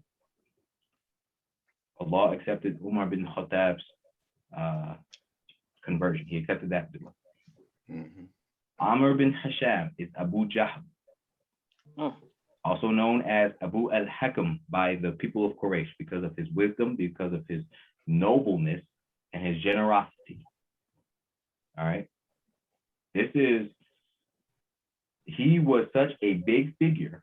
All right. It wasn't like he was one of the worst people in the world or anything like that at the time. Before Prophet Muhammad gained his prophecy and he started doing all this stuff, he was such a force to be reckoned with that Prophet Muhammad wanted him to become Muslim. He made dua for him.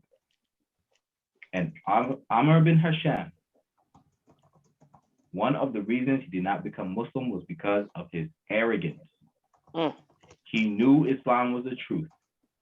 He was addicted to Quran. He used to him, Abu Sufyan, and who was it? The third person. All right, I'll figure it out later. Him and Abu Sufyan used to go and listen to Quran. They would catch each other and then swear not to do it and then go do it again. Catch each other again. Okay? So this is a person and he knows it's the truth, but he cannot accept it because Prophet Muhammad belongs to a different tribe and their tribes are in competition. And if they accept it, they accept Islam and Muhammad as a prophet, there's no more win. This is what he said. We can't win after that. So because of his arrogance, he became Abu Jahl. When he could have been Amir al-Mu'mineen, maybe, possibly. So you have the decision. And all this dues and this money and all this type of stuff, Allah has in the Quran, Surah Al-Mutaffifin. Okay, he's speaking directly to those who defraud, those who scam, those who are in this position. Just because you were raised in this position, just because you were put in this position, Allah has clearly given you the Quran. You have been raised with the Quran. It's been in every single masjid. You have it in your homes. You sit down and you read it in English so that you might be able to understand it if you don't speak Arabic. This is what I had to do. I had to read it front to back, front to back, front to back, read the commentary, read the tafsir, go to the hadith, and learn. That's it. That's what Allah, the first command Allah gave to his prophet, his last prophet, was read. He didn't say, worship me, fall into sajda, do it. He said, read, recite in the name of your Lord, who taught man what he did not know. Read. That's all you have to read. And the day of Qiyamah is coming. We will all be returned to our Lord. We just buried one of our childhood friends, Isma, rahmatullah. Not once in my 25 years did I ever really truly believe that we were going to pass away. Not once. So we're getting kind of late here. I want to give you a few minutes to give like a last message to our viewers, and then if you're willing, we could take some questions for a few minutes and kind of go from there. So go ahead and give you like your last statement or what you want people to hear, and kind of sum up everything you want. My last statement is please read. That's all you have to do. And Allah, literally just, Allah. You can make Salatul Istikhara, where you ask Allah to guide you and provide for you what is right for you and to allow you to reach Jannah. And he's going to do it. You're supposed to do this I don't know if it's every decision or every major decision, but it's one of the two. You're supposed to please just read and try with sincerity to go to Salatul Istikhara. If you're confused, Allah is going to show you what to do. If you're not confused, make Salatul Istikhara. The shaitan is not about to come running up into Salatul Istikhara. This is between you and your Lord. Make your salah. My peers, I've gone through a very, very, very long journey in learning Islam. At one point, I was sitting in the church of my school, listening to these people, and I'm like, this is where I came from. What am I doing in here?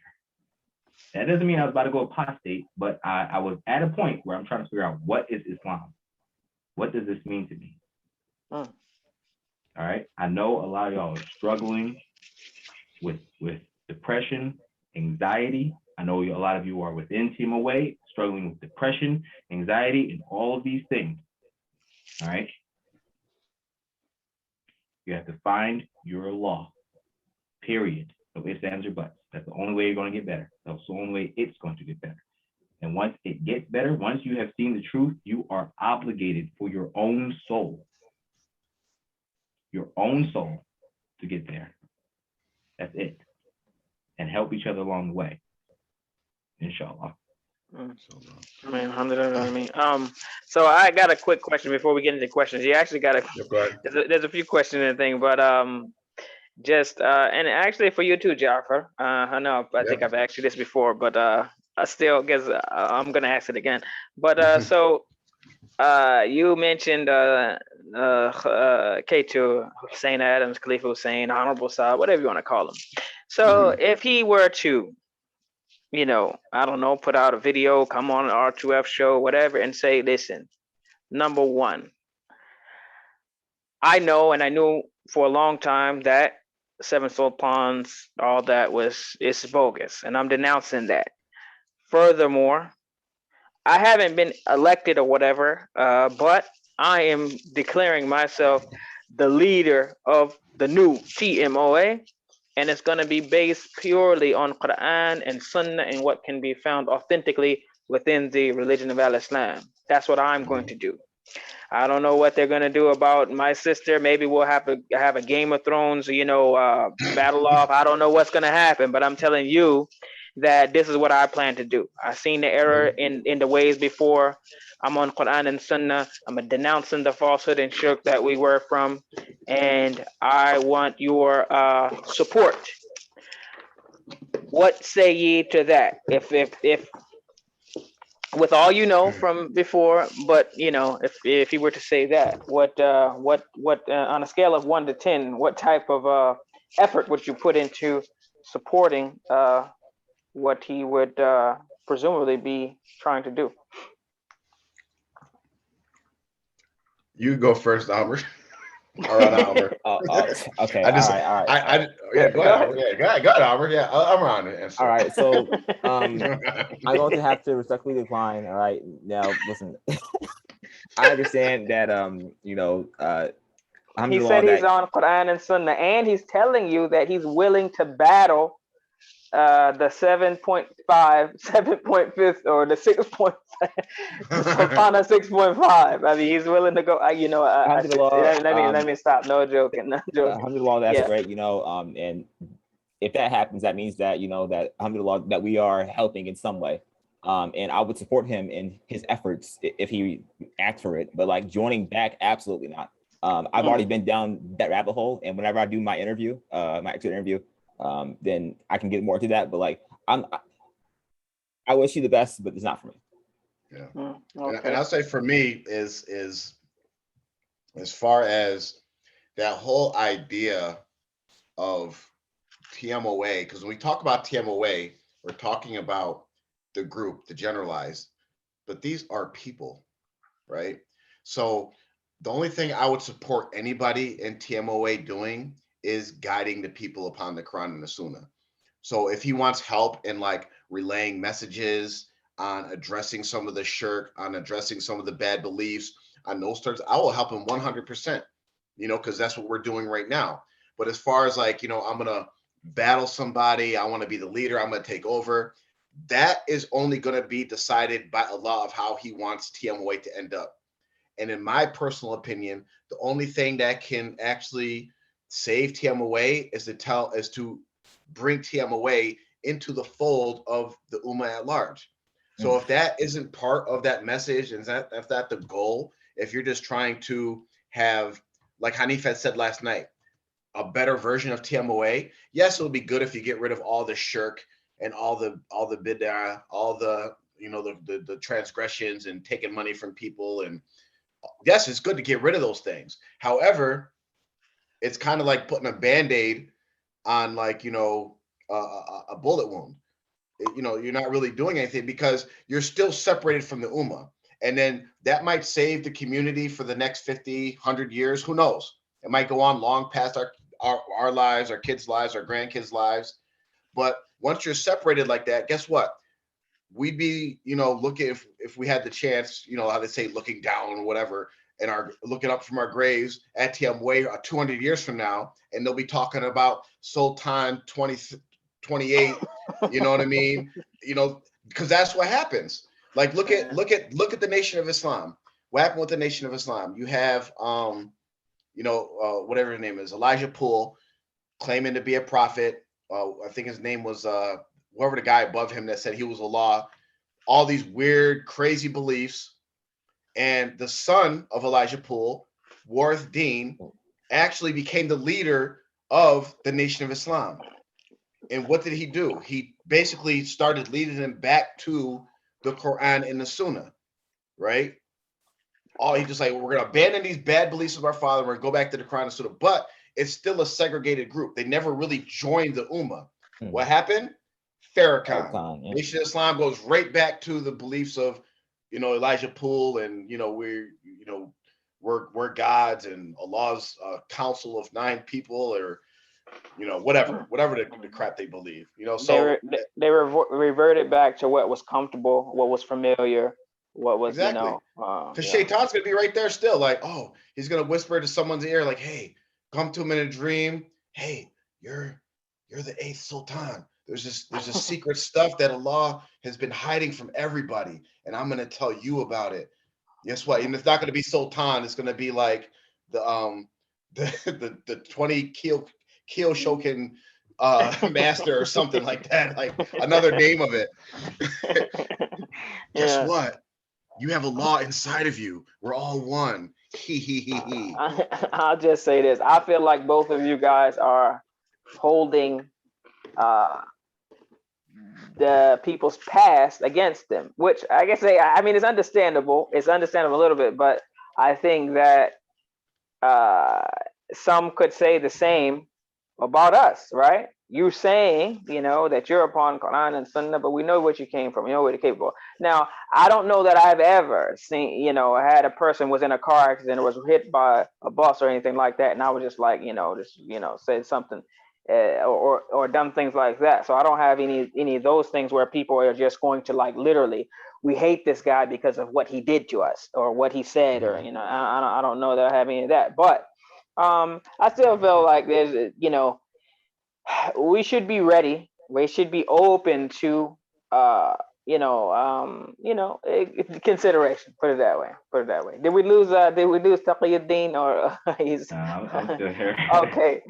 Sorry. We went on a small tangent, but I give the question to you, sir. Then we got a couple questions in the chat that pertain to you, sir. So you can answer that question, then we'll cover the chat, and then we'll wrap it up.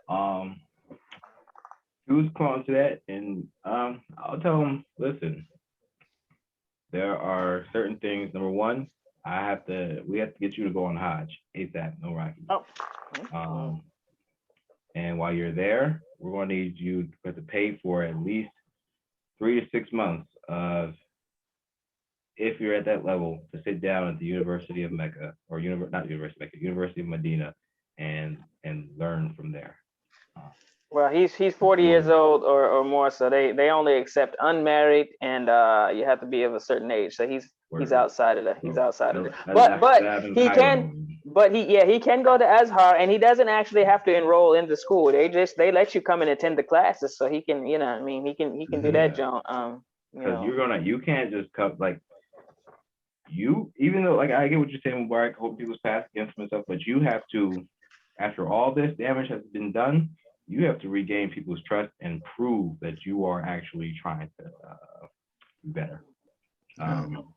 We're not. And there's so much strong cultural, like, if you look at it as just like not a religious aspect, but just a organizational aspect. The certain cultural things in TMOA there's some things where it's like, okay, you know what? It's not worth battling. It's better to just start over. And that starting over is, you know what? This would be my recommendation. Like, say hypothetically, Hussein Adams comes to us and says, hey, I'm on the Quran and Sunnah. I want to lead the people to Quran and Sunnah, this and that. I'd say, okay, go to the local masjid and tell the imam there, you are now in charge of the Jamaat. That's literally the advice I would give him. Because it has to be it has to be totally revamped. What do they do in businesses when like things are tough and things are hard? They hire a whole new leadership team. What do we do in America every 4 to 8 years? Hire a whole new leadership team. Right? That's what they need to do. All right. I see. Let me make it a little bit easier for y'all. Same scenario, but instead of Khalifa saying Ahmed person. Oh my God, Ya Allah. what's it? Ya Allah. You know what, man. Okay, let me Well, you know what? You know stop, what? man. As far as my Stop, man. as far as my things go, like if you take the cult stuff out of the picture, like for instance, Ahmed could be I said no one had any potential. Some of these people have some characteristics that could make them very good leaders. Ahmed's one of those people, and Hussein Adams is one of those people. You know, they have certain characteristics that they use them the right way, they can be very good leaders. Like even for instance, if we look at like a Donald Trump, he's a bad leader, but he has certain characteristics that if he wanted to, he could actually be a very good and effective leader.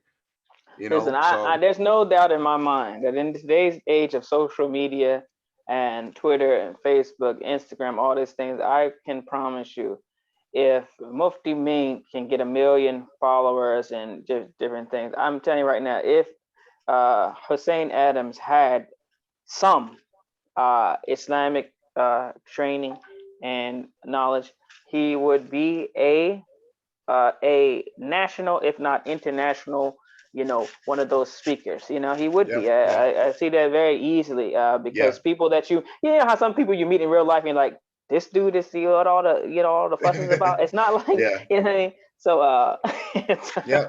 Let me just mention real quick because he's messaging me on the side. But so we are gonna have Abdul Qawi on the show coming up. Yeah, he's gonna be on the show because he's gonna come on. Either it will be an impromptu show during the week, or he's gonna come on the regular Saturday show. So that's even news to me. Okay. Yeah, we're gonna narrow down the time. So thank you, sir, for all your messages. We're gonna do it very soon, inshallah. So before I forget, the one that one of these messages in here, they said that Taqiyuddin that Kufi is and Hussein Adams in the chat actually it said that Kufi is a Jamaat print Kufi. Basically, what are you doing with it if you're so anti-Jamaat? Word. Tell him that this is Sister Sadiqa's patented Kufi. This is Hanif J. Williams, aka Hanif Abdul Rashid's mother, though. Yeah. I got the same couple of those prints in my drawer. Very good Kufis. Any other prints that ain't made by her bootleg. So. Yeah, right. Sister Zara says, "Can y'all please block Hussein Adams?" Sister, we will never do that. No, I did actually already. I blocked him. You blocked him? What? Yeah, I blocked him because it's only fair because the other week someone came in here impersonating a Hanif. Man, so we blocked them. So that's the highlight of my week, going back and reading whatever Hussein Adams said. You got to get unblocked, man. He was really. I'm pretty sure he'll come with another name. Yo, man, somebody is Abdul Qawi is threatening violence against me, but hey, I mean, did I read that wrong, Abdul Qawi? I mean, you come on the show and explain what happened. Did you text me and say that you were coming on the show, or did I just read something? There's so many messages I couldn't tell quite. He's spamming me. Oh man. Anyway, so I think let me see if there's any other questions that pertain to our brother Taqiyuddin. Well, I think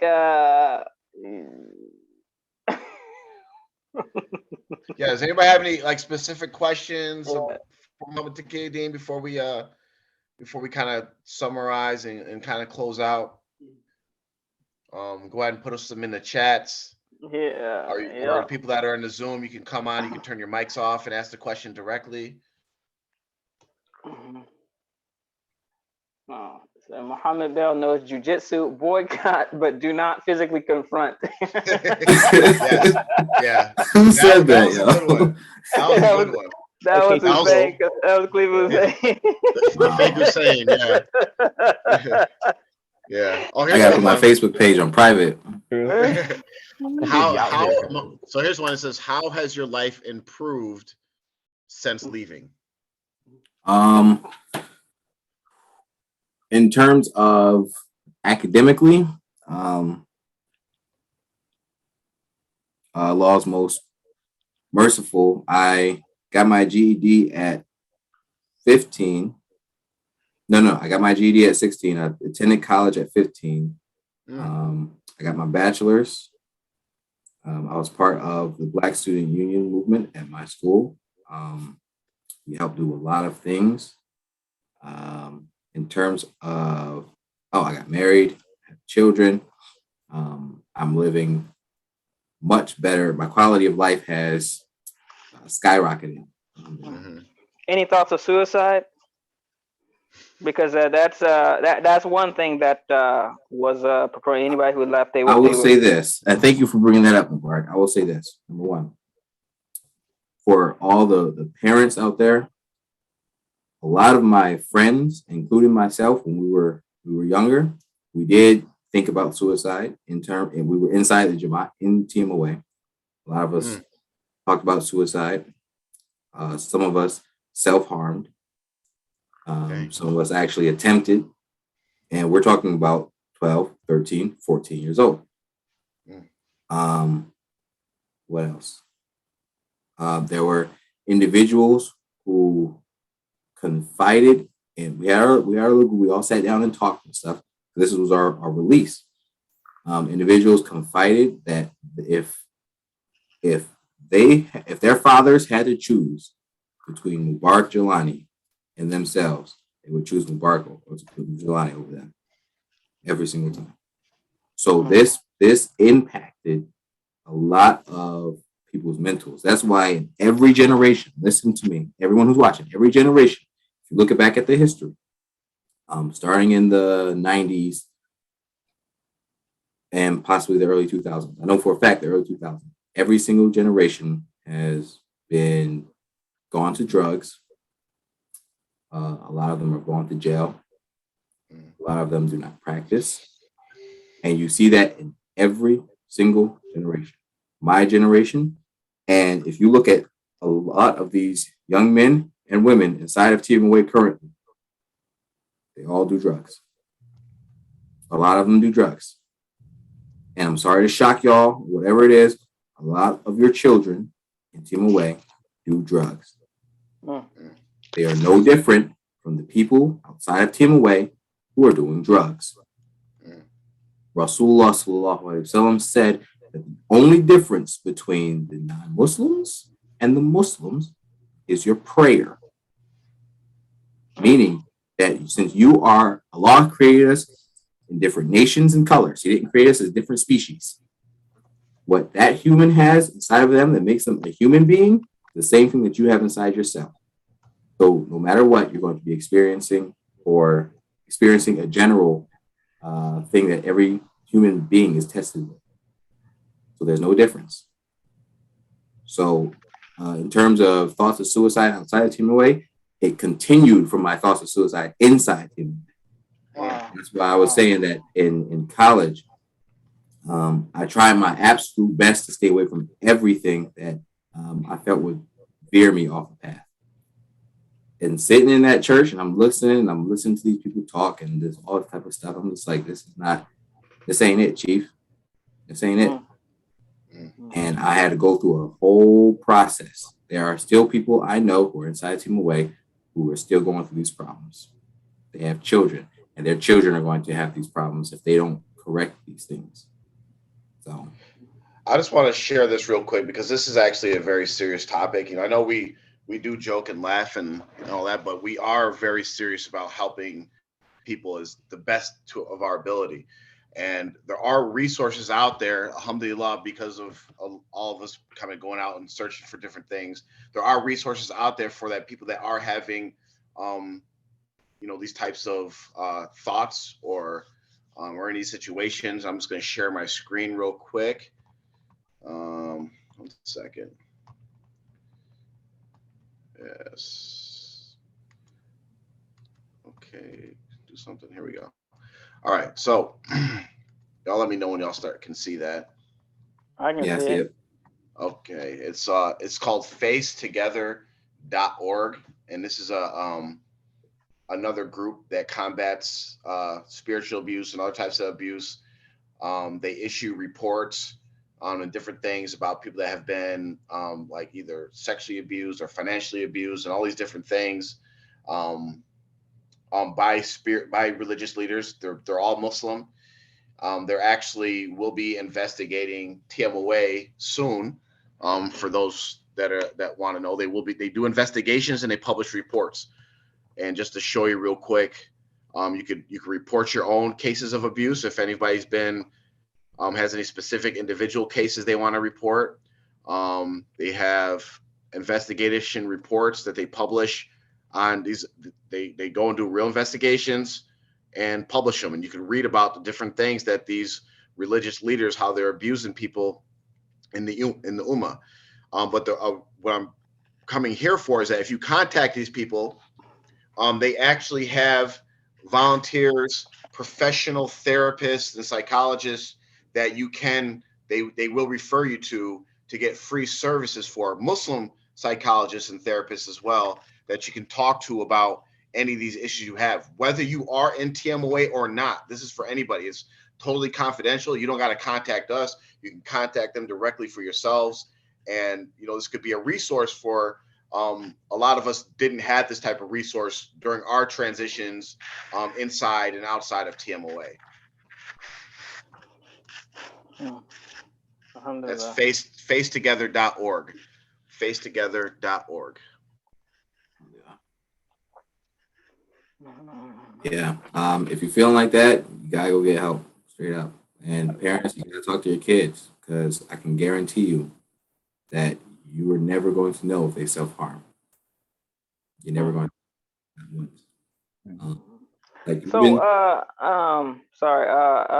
Taqiyuddin, what's your field of study? Like, what did you major in, sir? You probably got like 4, 5, 6, 7, 8 majors. Like, I mean, right? I just feel like that. Nah. So I got my associates in general liberal arts. Then I ended up going to nursing school. I failed that. I spent like 3 years in there. And then I graduated with my bachelor's in criminal justice and sociology. And then I have my 2 minors in psychology and bio.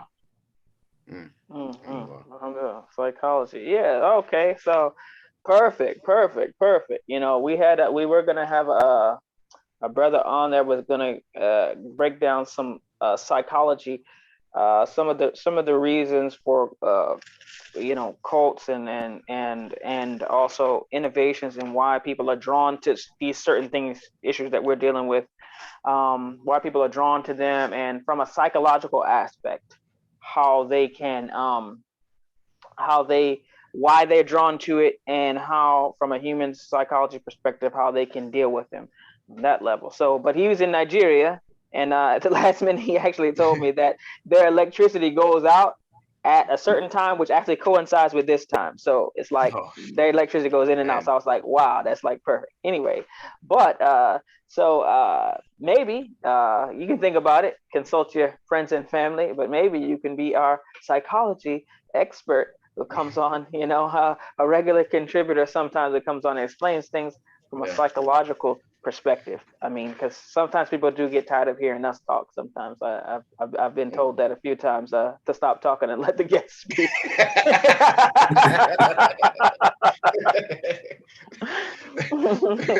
Alhamdulillah, like I said, it's a minor, so that's, what I'm saying. It's like a little bit. We got Amr, you study psychology as well too, right? Yeah. So we get y'all could double team that. You know what I mean? There actually is a study that was considered highly unethical, but I forgot the guy's name. I'm gonna look it up and I'm gonna post it in the YouTube comments because I want people to know about this. This is when I really understood how what I was seeing, how it truly was a psychological type of thing. So the guy, he was interested in seeing if the Germans during World War II were just a different type of human. They were a different species because of all the atrocities they were committing against the Jews in the concentration camps. So he did a study where he had 2 people One person was getting shocked by like an electrical type of thing, and the other person was pressing the button. So they couldn't see the person. He was between a black glass. So all he had to do was press the button. Everybody else was in on the study. And he wanted to see how many times or at what point would the person stop pressing this button. Almost everyone failed this test. The man said before he went in, he said, I have a heart condition, to alert the button presser that, something could go wrong. So a lot of them turned it all the way up, and they found that it's not a species type of thing. It's not a nation type of thing. It's an authority type of thing. Mm-hmm. When a human being feels that they have to obey someone, this person in authority over them, they will do the most diabolical things simply because this person is in charge. There's a quote I heard from some movie, and I don't remember what it was, but it stuck with me. Let me see if I get the words right. They said that the difference between like someone being a good person and an evil person is just permission. So as soon as you give that person permission to do whatever the heck they want, then you see like their true nature come out. Yeah, I was just gonna say, Taki's talking about it's the Stanley Milgram experience, where the Milgram shock experiment. Yeah. So and one of the things that came from that, and folks understood, was like the saying like that, like power tends to corrupt, but absent power corrupts absolutely. So like if you have absolute power, you are above reproach. So then you feel you can do whatever, and that's what this experiment showed. When there is like everyone like. It's scary how far you'll go when you don't think that there's like repercussions behind it. Yeah, alhamdulillah. I mean, that's unfortunately it as you were explaining it, I literally am remembering and seeing that actually playing out in real life. Like people, because there's someone authority over them, they literally are doing things to people's lives, friends, and even family, all because someone in authority says that they or they feel like that they should, based on the person in authority. So alhamdulillah. All right, I think we just hit past midnight, so I think we this would be like the shortest show ever, right? We did what? 2.5 hours. I keep saying, I keep telling my wife every day, this is gonna be a 1 hour show. We gotta say it's gonna be a 10-minute show, and then then we can do it. Yeah. But if there's no other questions, I don't have any. I mean, alhamdulillah, I'd just like to say thank you, Muhammad Taqi. Like again, everybody who's speaking out and showing the real face of what people are feeling, and you're speaking, every person that's speaking out, they're speaking for at least 10 or 20 other people that are feeling the same exact way. And the courage that you guys have to make your beliefs clear, make your stance clear, and for the intentions of helping others take those same steps towards the truth. I commend you. Jazakallah khair. May Allah bless you and continue to bless you and your family. May He make your children and your wives the light of your eyes, and every blessing that you can get in this life and the next. Ameen. Any last words, brother? No, just everybody, please read. That's it. Please read. Ameen. All right. Next week we will have the brother Yusuf on. I believe he's scheduled for next week, and also, inshallah, he's not going to be able to waffle out of this one. Inshallah, Abdul Qawi will come on. I'm volunteering him. He kept, so he'll be on, inshallah, maybe after Yusuf, or maybe within the week, maybe. So also, I just want to say real quick that we definitely want to, and if we could, get couples on, or at least some females willing to come on to speak. We can even arrange it so that there's females doing an interview if that's like a thing. People are resistant, they don't want to talk to men, but you can have your husbands, brothers, or whatever available. Again, we're not. It's a public forum, so it shouldn't have to work. But again, we would like to hear other perspectives, because the more perspectives we have, especially seeing a woman's perspective from this, it shows the whole picture of what's actually taking place for our viewers. And there's things that men will notice and things that men will care about that women won't, and vice versa.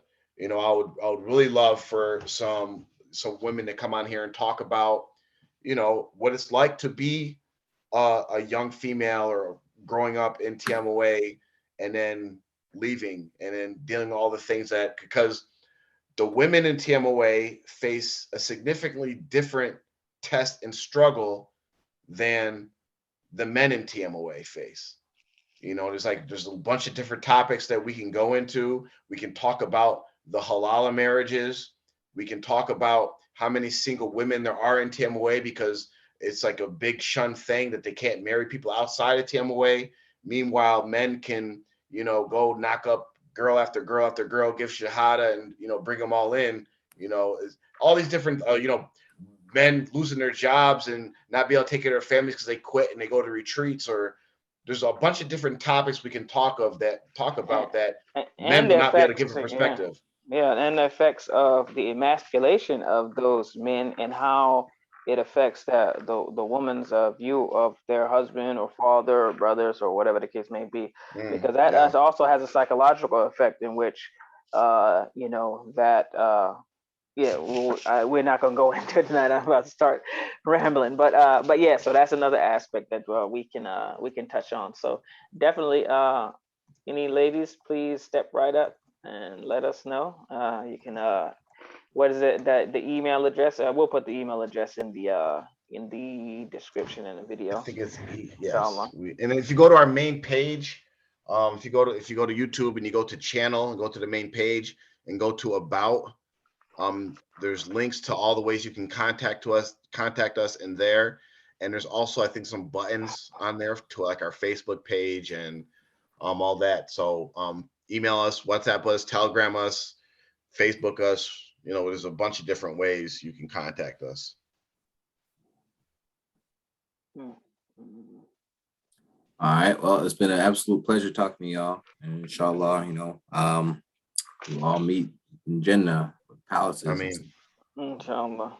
All right. سبحان ربك رب العزة عما يصفون وسلام على المرسلين والحمد لله رب العالمين. السلام عليكم ورحمة الله وبركاته. وعليكم السلام.